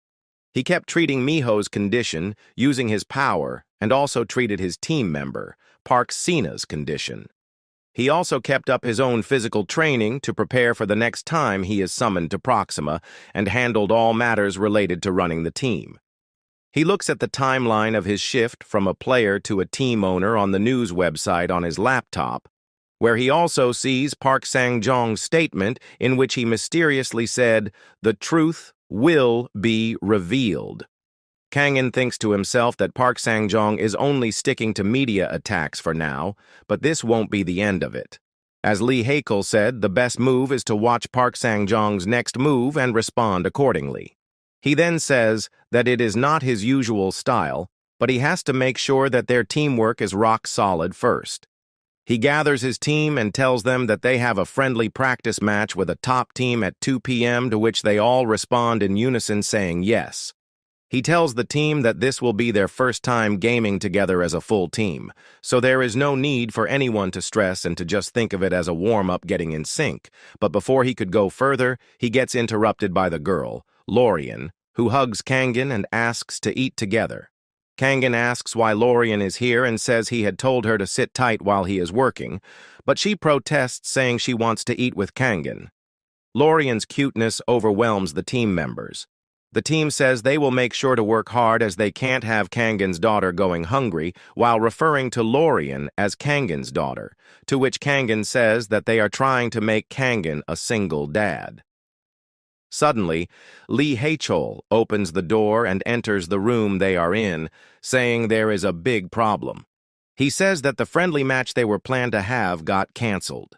Kangin says that it happens sometimes, and they will just do it next time, and they should just focus on team ranks for now.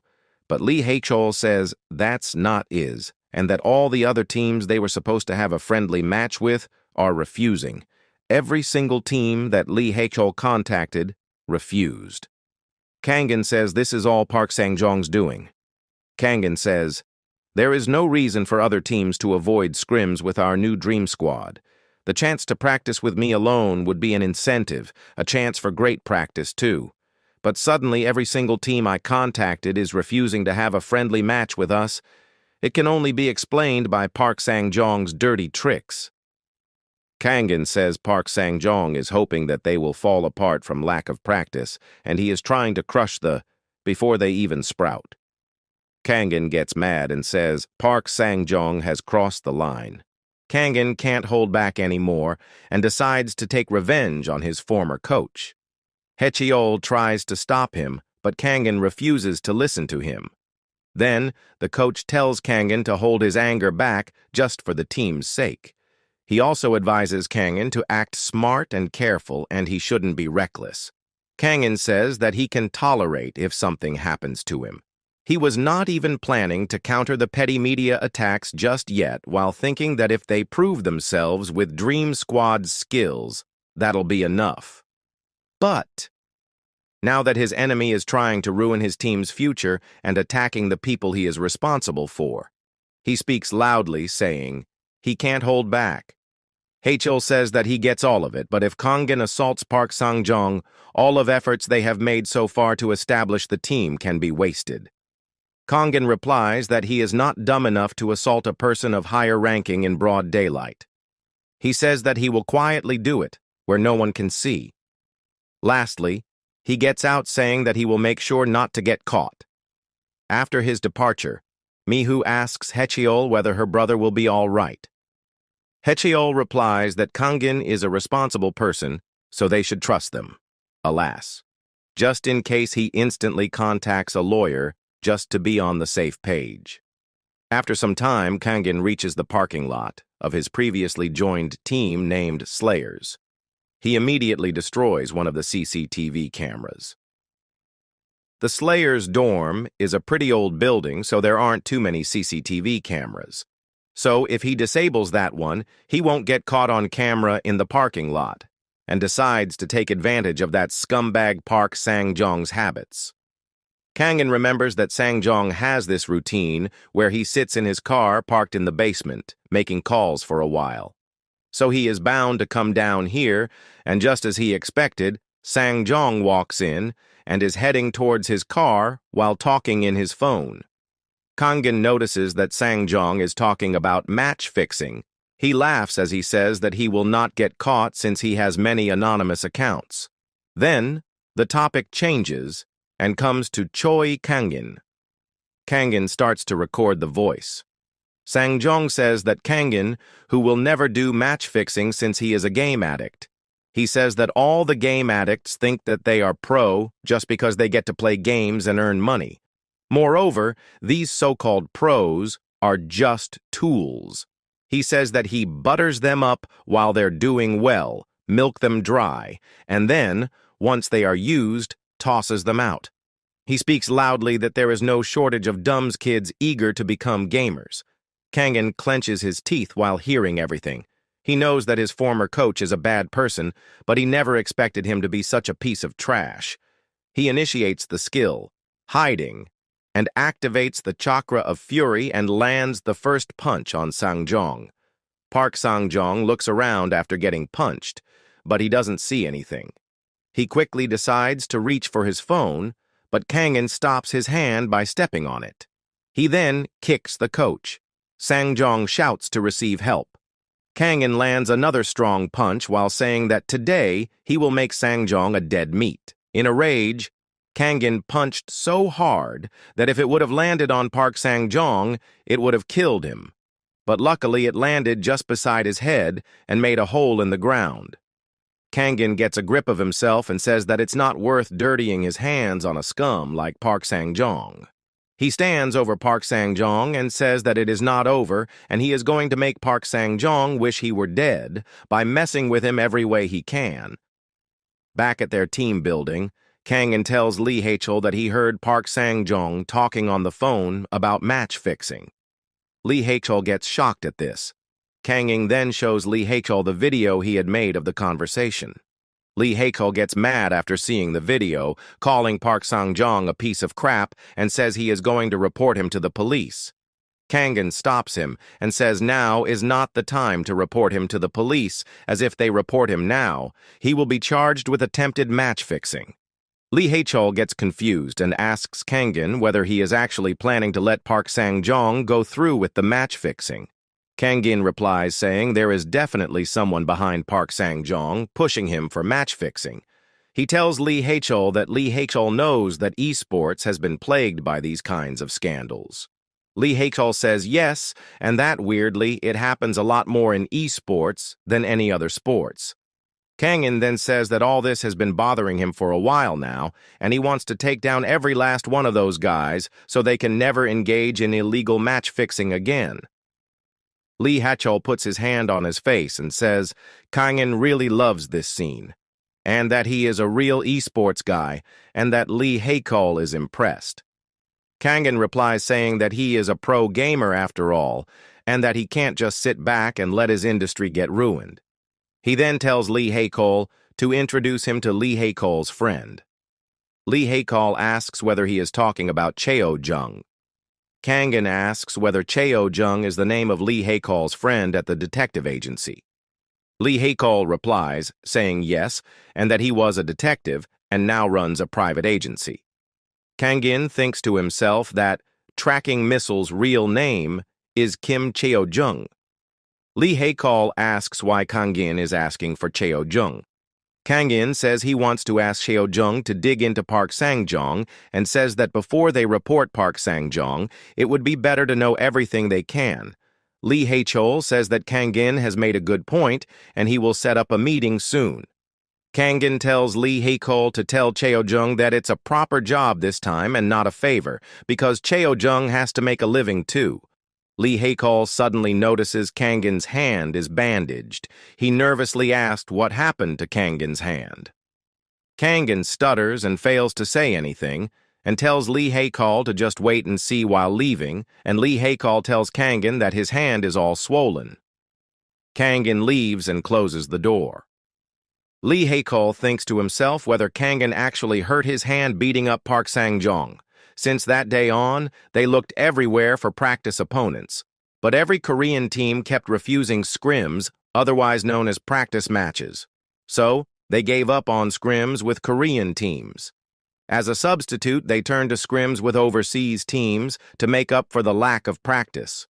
They didn't care who they were facing, as at the moment it was more important to focus on syncing their teamwork than on winning, and as they built their teamwork up, before they knew it, 1 year had passed. They entered a game, and they had won even though they thought they would lose. However, at this rate, forget winning the championship, they won't even make it to the playoffs. A 70% win rate against low-tier Chinese teams. 70% is solid for a new team, but the problem is that it's only against low-tier teams. Kangin says they have to come up with some kind of solution. Meanwhile, some of the players begin to stream. They say that practice is over, so they have to hop on stream as the viewers are waiting for them. The team member who was not streaming previously then says that she will also stream for a bit before she goes to bed. Then, all three of them log out of the game.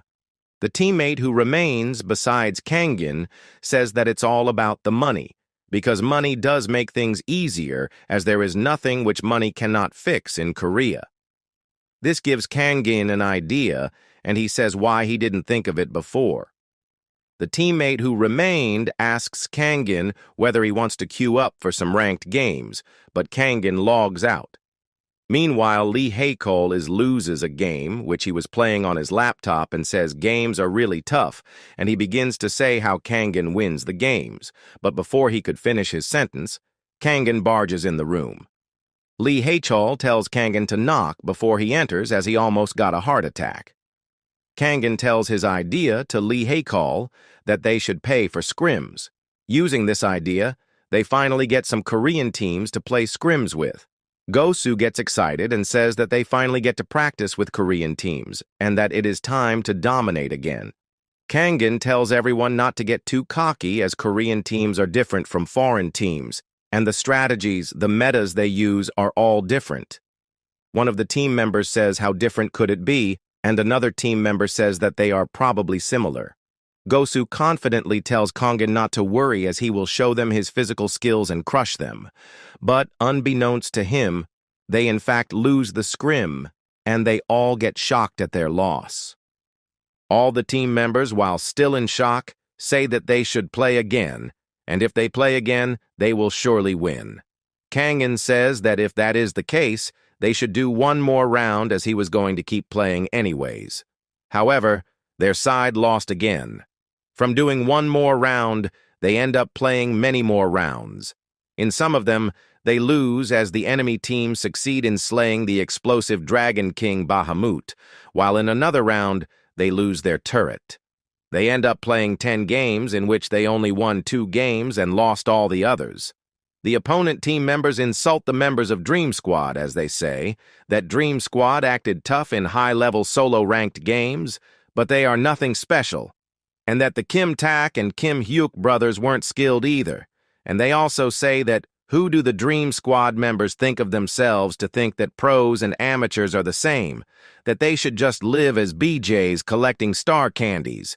They say they feel pity for Kangen, as he is a pro-level player, but is losing due to playing with his weak teammates. After this insult session, all the Dream Squad players all log out one after the other, until there is only Kangen left. The opponent team members say to Kangen, "Kangen, this will do, right?" Kangen replies, saying yes, and thanks the member for granting his request, indicating that he had intentionally told the opponents to insult Dream Squad so that they get ashamed and start practicing harder. Kangen pays the opponent team 1,000,000 cash to Team WVW. Kangen says that managing his expression is really hard and thinks that this insult session should be enough to provoke the team members. Kangen, in an evil way, monologues as he says sorry to the kids, as this is all just to raise their skill levels. Kangen says that if it means his team members will become stronger, he will even take on the role of an evil villain. As expected, after scrims with pro teams, the effects were immediate. Dream Squad members gave up their personal broadcasts and devoted themselves to practice, and the online qualifiers, which were equivalent to the 3rd Division League, progressed smoothly. Dream Squad successfully joined the Challengers League, which is the 2nd Division League, without much difficulty. And so, with 3 days left until the Challengers League opening ceremony, Kangen was summoned to planet Proxima. Kangen thinks to himself that it has already been a month and time passes really quickly. Once he reached Proxima, he is again greeted by Guntrak. Kangen asks him whether this time he is an enemy or a comrade, to which Guntrak replies that he is a comrade this time. He says that he doesn't want to fight Kangen. Kangen then notices the place where he was summoned and asks Guntrak where they are, as it isn't a stadium. Guntrak says that they are in a dungeon. Kangen sees another man in the dungeon and thinks to himself who the man is. The man comes over and extends his hand to Kangen while saying, "Nice to meet you, Ghost. I am Bane. That orc over there is a comrade," referring to Guntrak. Kangen gets confused as to why Bane called him Ghost. Guntrak says that Ghost is Kangen's nickname because last time Kangen disappeared like a ghost. Kangen thinks whether Bane is supposed to be his companion this time. He thinks that Bane looks like someone who would betray others easily. Kangen then replies saying it is nice to meet you. Bane tells Kangen to please take care of Bane. Kangen says to himself that he has to keep an eye on Bane. In the meantime, an announcement rings out. The announcer says, "Ladies and gentlemen, gladiators, I assume you're all ready?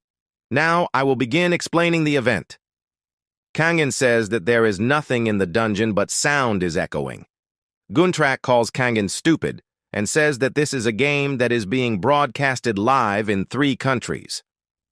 Kangen gets shocked to hear this as he thought that this was in medieval times and he didn't think that broadcasting existed. The announcer says, "This event is Dungeon Conquest. It will proceed with 3 people forming one team, and the team that conquers the dungeon and defeat the final boss first will receive a skill book that the organizing committee has ambitiously prepared." Kangen asks what a skill book is. Guntrak calls Kangen ignorant, as he does not even know what a skill book is. He then says that it is a book containing supernatural powers. If anyone looks at the skill book, they will get supernatural powers. Kangen thinks to himself that is just as he thought, and that if he gets it, he will gain more skills like in a game. Guntrak says he has a question to ask Kangen. Kangen asks what question. Guntrak asks where the silver dragon Kangen had received is. Kangen stutters a little and replies saying that it is probably eating meat at home, while Bane is blankly listening without having a clue as to what they are talking about. Kangen then thinking about Lorien and says that it eats 30 kilos per day. Guntrak gets horrified at the amount of food told by Kangen. Guntrack then says that he is lucky he didn't pick the silver dragon as he can't pay for all the meat. Bane asks what they mean by silver dragon since earlier. Guntrack tells Bane that Kangen got a silver dragon from the mother bird's egg and says that Kangen is the luckiest man on the continent.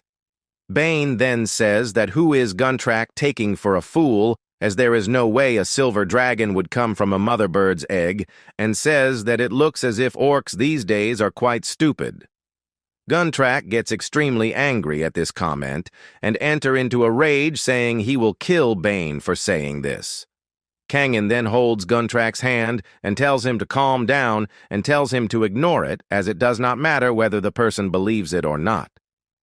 Guntrack tells Kangen not to stop him and that he will kill Bane.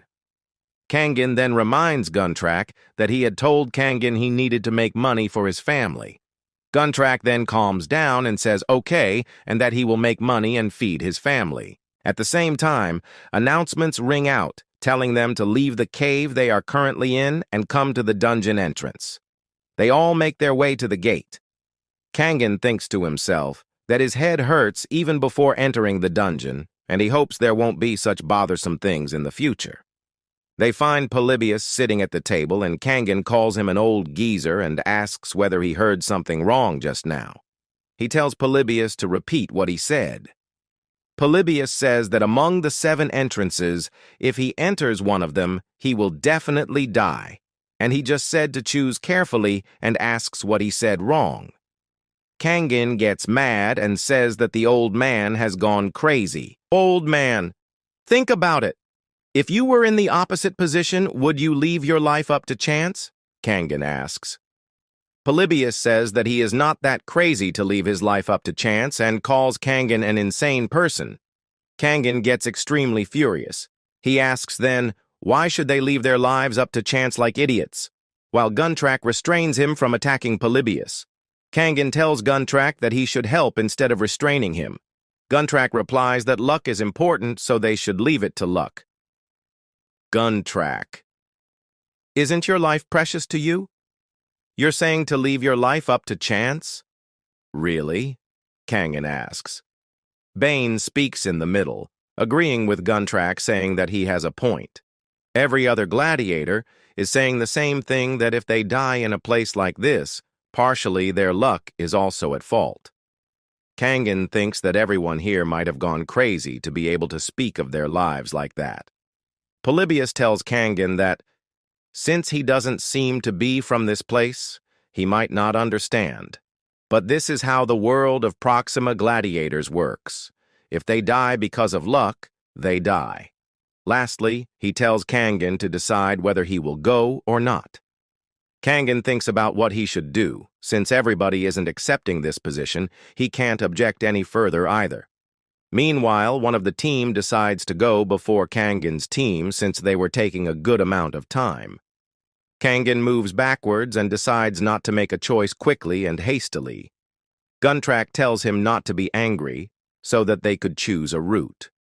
Polybius asks how long they are planning to worry about luck. He says that when it comes to dungeon conquest like this, time is life. Kangen, while scratching his nose, thinks that there must be a way, and he has a feeling that if he waits for a little longer, he might understand and be able to figure something out. He tries to look into the things he has before him. There are 7 dungeon entrances, and different sentences are engraved on each entrance, like a dog, a crying woman, and a farmer.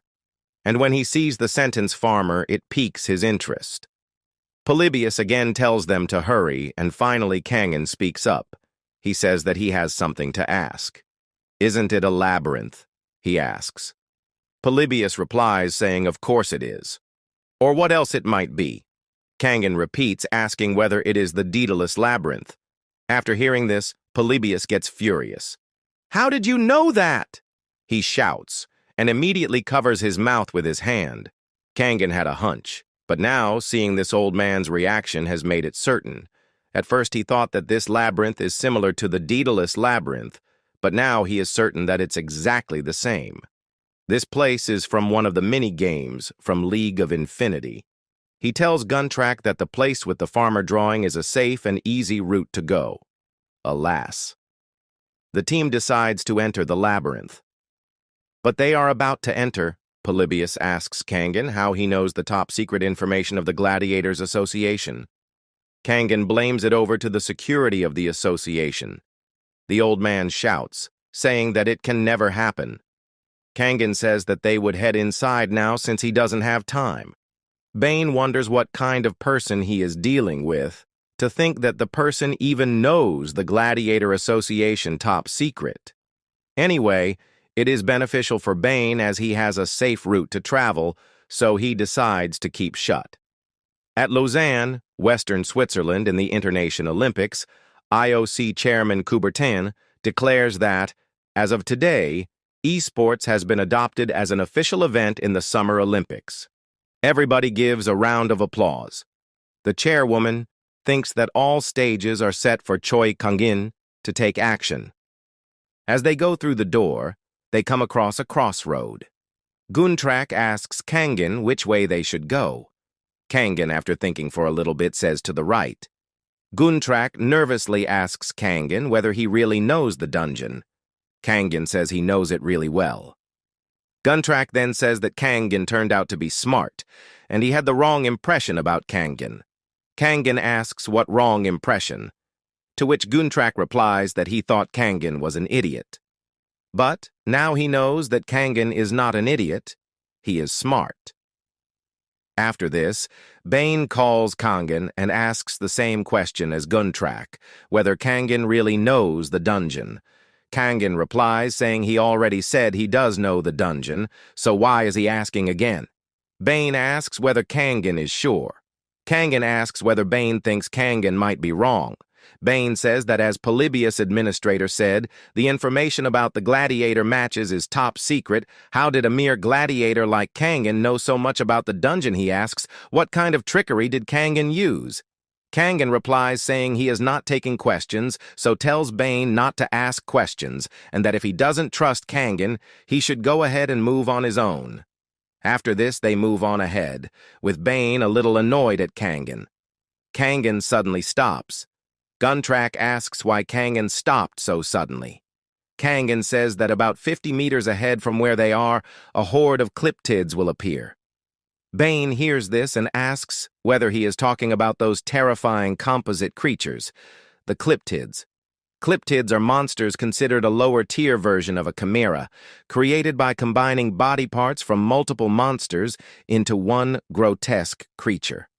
Bane puts his hand on Kangan's shoulder and says that he is asking whether there really is a horde of cryptids up ahead. Kangan gets mad at this. Bane says, how can he trust Kangan's word, because what if there aren't any? Will Kangan take responsibility then? Kangan brushes Bane's hand off his shoulder and says he already said that he is not answering questions. He says he is super focused on clearing the dungeon and he doesn't have the time to deal with every little comment Bane makes. Kangan, while grabbing his sword, says that if Bane questions Kangan one more time, he won't hold back. Guntrack joins in, saying Kangan is a comrade of Guntrack, and he trusts Kangan, and if Bane does not trust him, the he should get lost. Bane coughs and says he only meant they should be more cautious, and nothing more. Kangan takes his hands off his sword and says this is Bane's last warning. Guntrack says he has a question. Kangan asks what it is. He asks how many cryptids are there in total. Kangan says around 300 or so. Both Bane and Guntrack go silent for a few moments, and then Guntrack exclaims whether Kangan is being serious. He says 300 is too many and asks whether there isn't any other path. Kangan says there isn't another path, and taking another route would just bring them to the same place. Guntrack puts his hands on his head asking what they should do. He says, do they really have to fight all 300 cryptids? Kangan tells Guntrack not to worry about that as he has a plan for that. The monsters appear, and they go after Guntrack. Guntrack runs and leads them into the narrow tunnels. Guntrack acts as the bait to lure the cryptids to the place where Bane and Kangan are waiting, and then lure them one by one through the narrow entrance. Because of their large size, the cryptids can only enter one at a time, and by using that, they easily take down the weaker Cliptids one by one. In this way, they effortlessly beat the Horde. And as an advantage, Cliptids are known for giving tons of experience points. Kangin says he will take all the juicy experience for himself. He gets a lot of experience, and his chakra, strength, and stamina increase, and he reaches level 25. Kangin goes out of the entrance and sees Bane and Guntrak standing. Kangin says that judging by Guntrak's reaction, it looks like he handled everything just fine. Guntrak excitedly thanks Kangin, saying he cleared it all and calls Kangin a genius. Kangin thinks in his mind that even Bane managed to clear all the Cliptids. Kangin says they should move, and they still have a long way to go. Following Kangin's lead, they navigated numerous traps, the dungeon's labyrinth and hordes of monsters, until they finally reached the location of the mid-boss, Pasiphae. As they walk, Kangin comes across an exclusive item for Great Taurus, Theseus's longsword. Meanwhile, in the real world, Team Dream Squad is diligently practicing. Kangin finally obtains Theseus' longsword, and with this, he has all the items he needs to clear this event.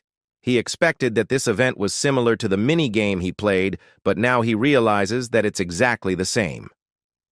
Bane says that probably these aren't the real pacifist monsters. Kangin questions Bane what does he mean by saying that this isn't real. Bane explains that he heard the dungeon run by the Gladiator Association isn't real. In fact, it's a training ground modeled after a real dungeon.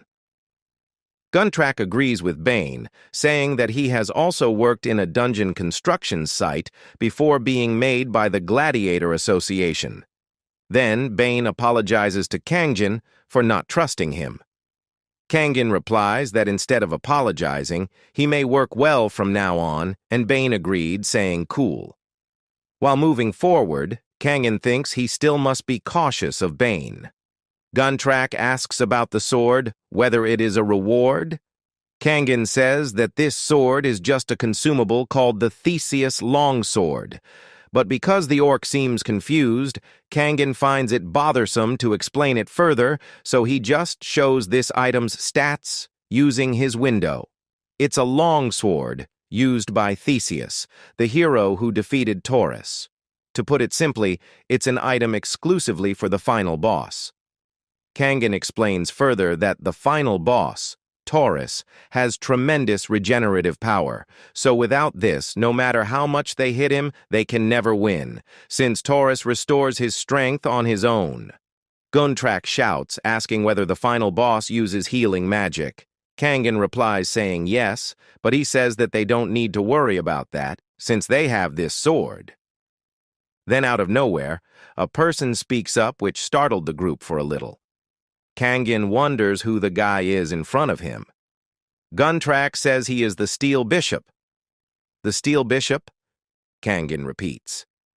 Guntrak explains that this person's name is Miles, a former clergyman. He was a bishop of the Myrmidon Order. Miles says, while keeping a disgusting smug of his face, that he overheard something good by chance. Actually, he reached the boss room through the fourth route, but no matter how hard he tried, he couldn't kill the dungeon boss. Just in case, he went back through a different route. He never imagined he would meet someone with an item that can kill the boss. Kangin thinks that the fourth route may be easy, but it's the one where hordes of undead jump out, as Guntrak just said. If that guy is a clergyman, it makes sense that he's coming from the direction where Taurus is, because for undead monsters, a clergyman is an extreme hard counter. The Steel Bishop says that now he will get to the main point.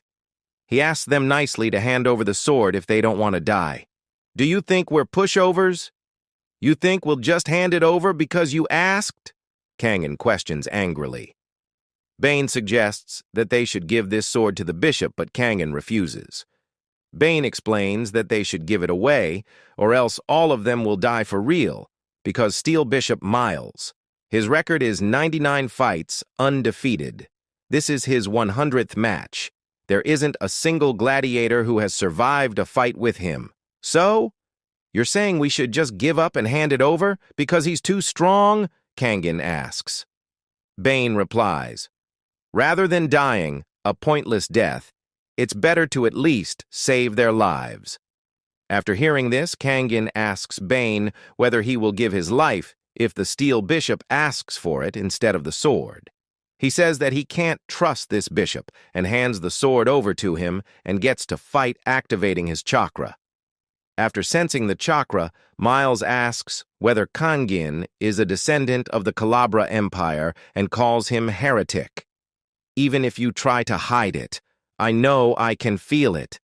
The spiritual energy I feel from you, isn't it the energy that only the emperors of the ancient Calabra Empire could wield? Miles asks while shouting.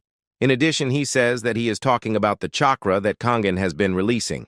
He says that as a steel bishop, a faithful servant of Myrmidon, he will eliminate the evil heretic and start his first attack. Bane runs away since he is too scared to put up a decent fight. Guntrack says that he isn't afraid of the steel bishop and Chagris straight to attack. The bishop attacks, and Guntrack tries to block it, but he gets completely overpowered. Kangin screams Guntrack's name and runs towards him. The Iron Bishop blocks his path and asks where he is going. Kangin assumes his fighting stance, and the Iron Bishop calls Kangin an evil heretic and says he is next. Kangin says he doesn't even have a religion. The Iron Bishop tells Kangin to be silent with his excuses while attacking Kangin with his flail. Kangin asks whether he thinks that Kangin is going to dodge the attack. Instead, he activates his chakra of protection, which reduces all physical and magical damage by 40%. He then blocks the flail using his sword. He managed to block it, but the impact was pretty strong and it disorientates him and causes his sword to vibrate. Kangin asks why the bishop is so strong. Kangin says he thought his power leveling, which mean raising levels significantly in a short amount of time, had made him drastically stronger, but it's useless against the bishop. The bishop says that chakra has no place in this world. Kangin says that it is nonsense and asks who he is to decide that. The bishop gets shocked to hear this. He says what Kangin just said is blasphemy, as the utility of chakra rivals the powers of God. He then says, "This, I, Miles, servant of Lord Myrmidon, am tasked with punishing blasphemers like you in his stead, even if it's related to taking that sword." Kangin asks whether he is trying to kill him just because Kangin used his chakra. While thinking about the people waiting for him in the real world, he concentrates and says he will do it 100 and even 1,000 times if he has to. The bishop gets mad to hear this. Kangin says that the ability which the bishop is calling blasphemous, he is using it to save his family, and he doesn't care whether the bishop calls him an evil heretic or whatever. The bishop screams, calling Kangin a vile scum, and says how dare he use such an evil power for something so trivial. Kangin gets triggered by the word trivial and says he would even kill a god for his family, and says that the bishop showed up with some nobody god, which he has never even heard of, telling him to surrender his life. He challenges the bishop, saying, "Let's see who dies first, you or me." Kangin activates his chakra of speed, which increases movement speed by 20% and attack speed by 20%. The bishop laughs in an evil way and says that Kangin's true self came out. Kangin charges the bishop using his sword. The bishop uses his flail to try and block Kangin's attack, but Kangin uses his sword to remove the flail from his path. The bishop gets shocked at this. Kangin manages to wound the bishop. Some blood comes out from his mouth, and he says that a mere attack like that cannot kill someone like Miles. Kangin thinks whether the wound was too shallow. The bishop then attacks Kangin multiple times using his flail, but Kangin dodges every time. Kangin thinks that the bishop is practically a monster, as he is still standing after that attack. He says that the bishop has gotten more cautious, and with that flail of his, getting close is nearly impossible. Something then clicks in Kangin's mind. He says that maybe he can use the flail to his advantage. Kangin charges at the bishop in full speed. The bishop calls Kangin foolish and tells him to fall just like Guntrack, but Kangin does something incredible. He dodges the flail and activates his chakra of killing intent and uses the flail as a foothold to propel himself towards the bishop. The bishop gets shocked at this and calls Kangen a wretched heretic, while screaming, realizing it is the end for him. Kangen uses his sword to slash the bishop's throat. He finishes by telling the bishop to die in agony and calls him a fanatic. Meanwhile, in the real world, Lee Haekol watches a news on his phone, which read that Hyungsong Group has announced a surprise partnership with K5. He says that those bastards really are going after esports and says that they have gotten a nose for money. He says that things are about to get really interesting while saying Kangen would also think the same.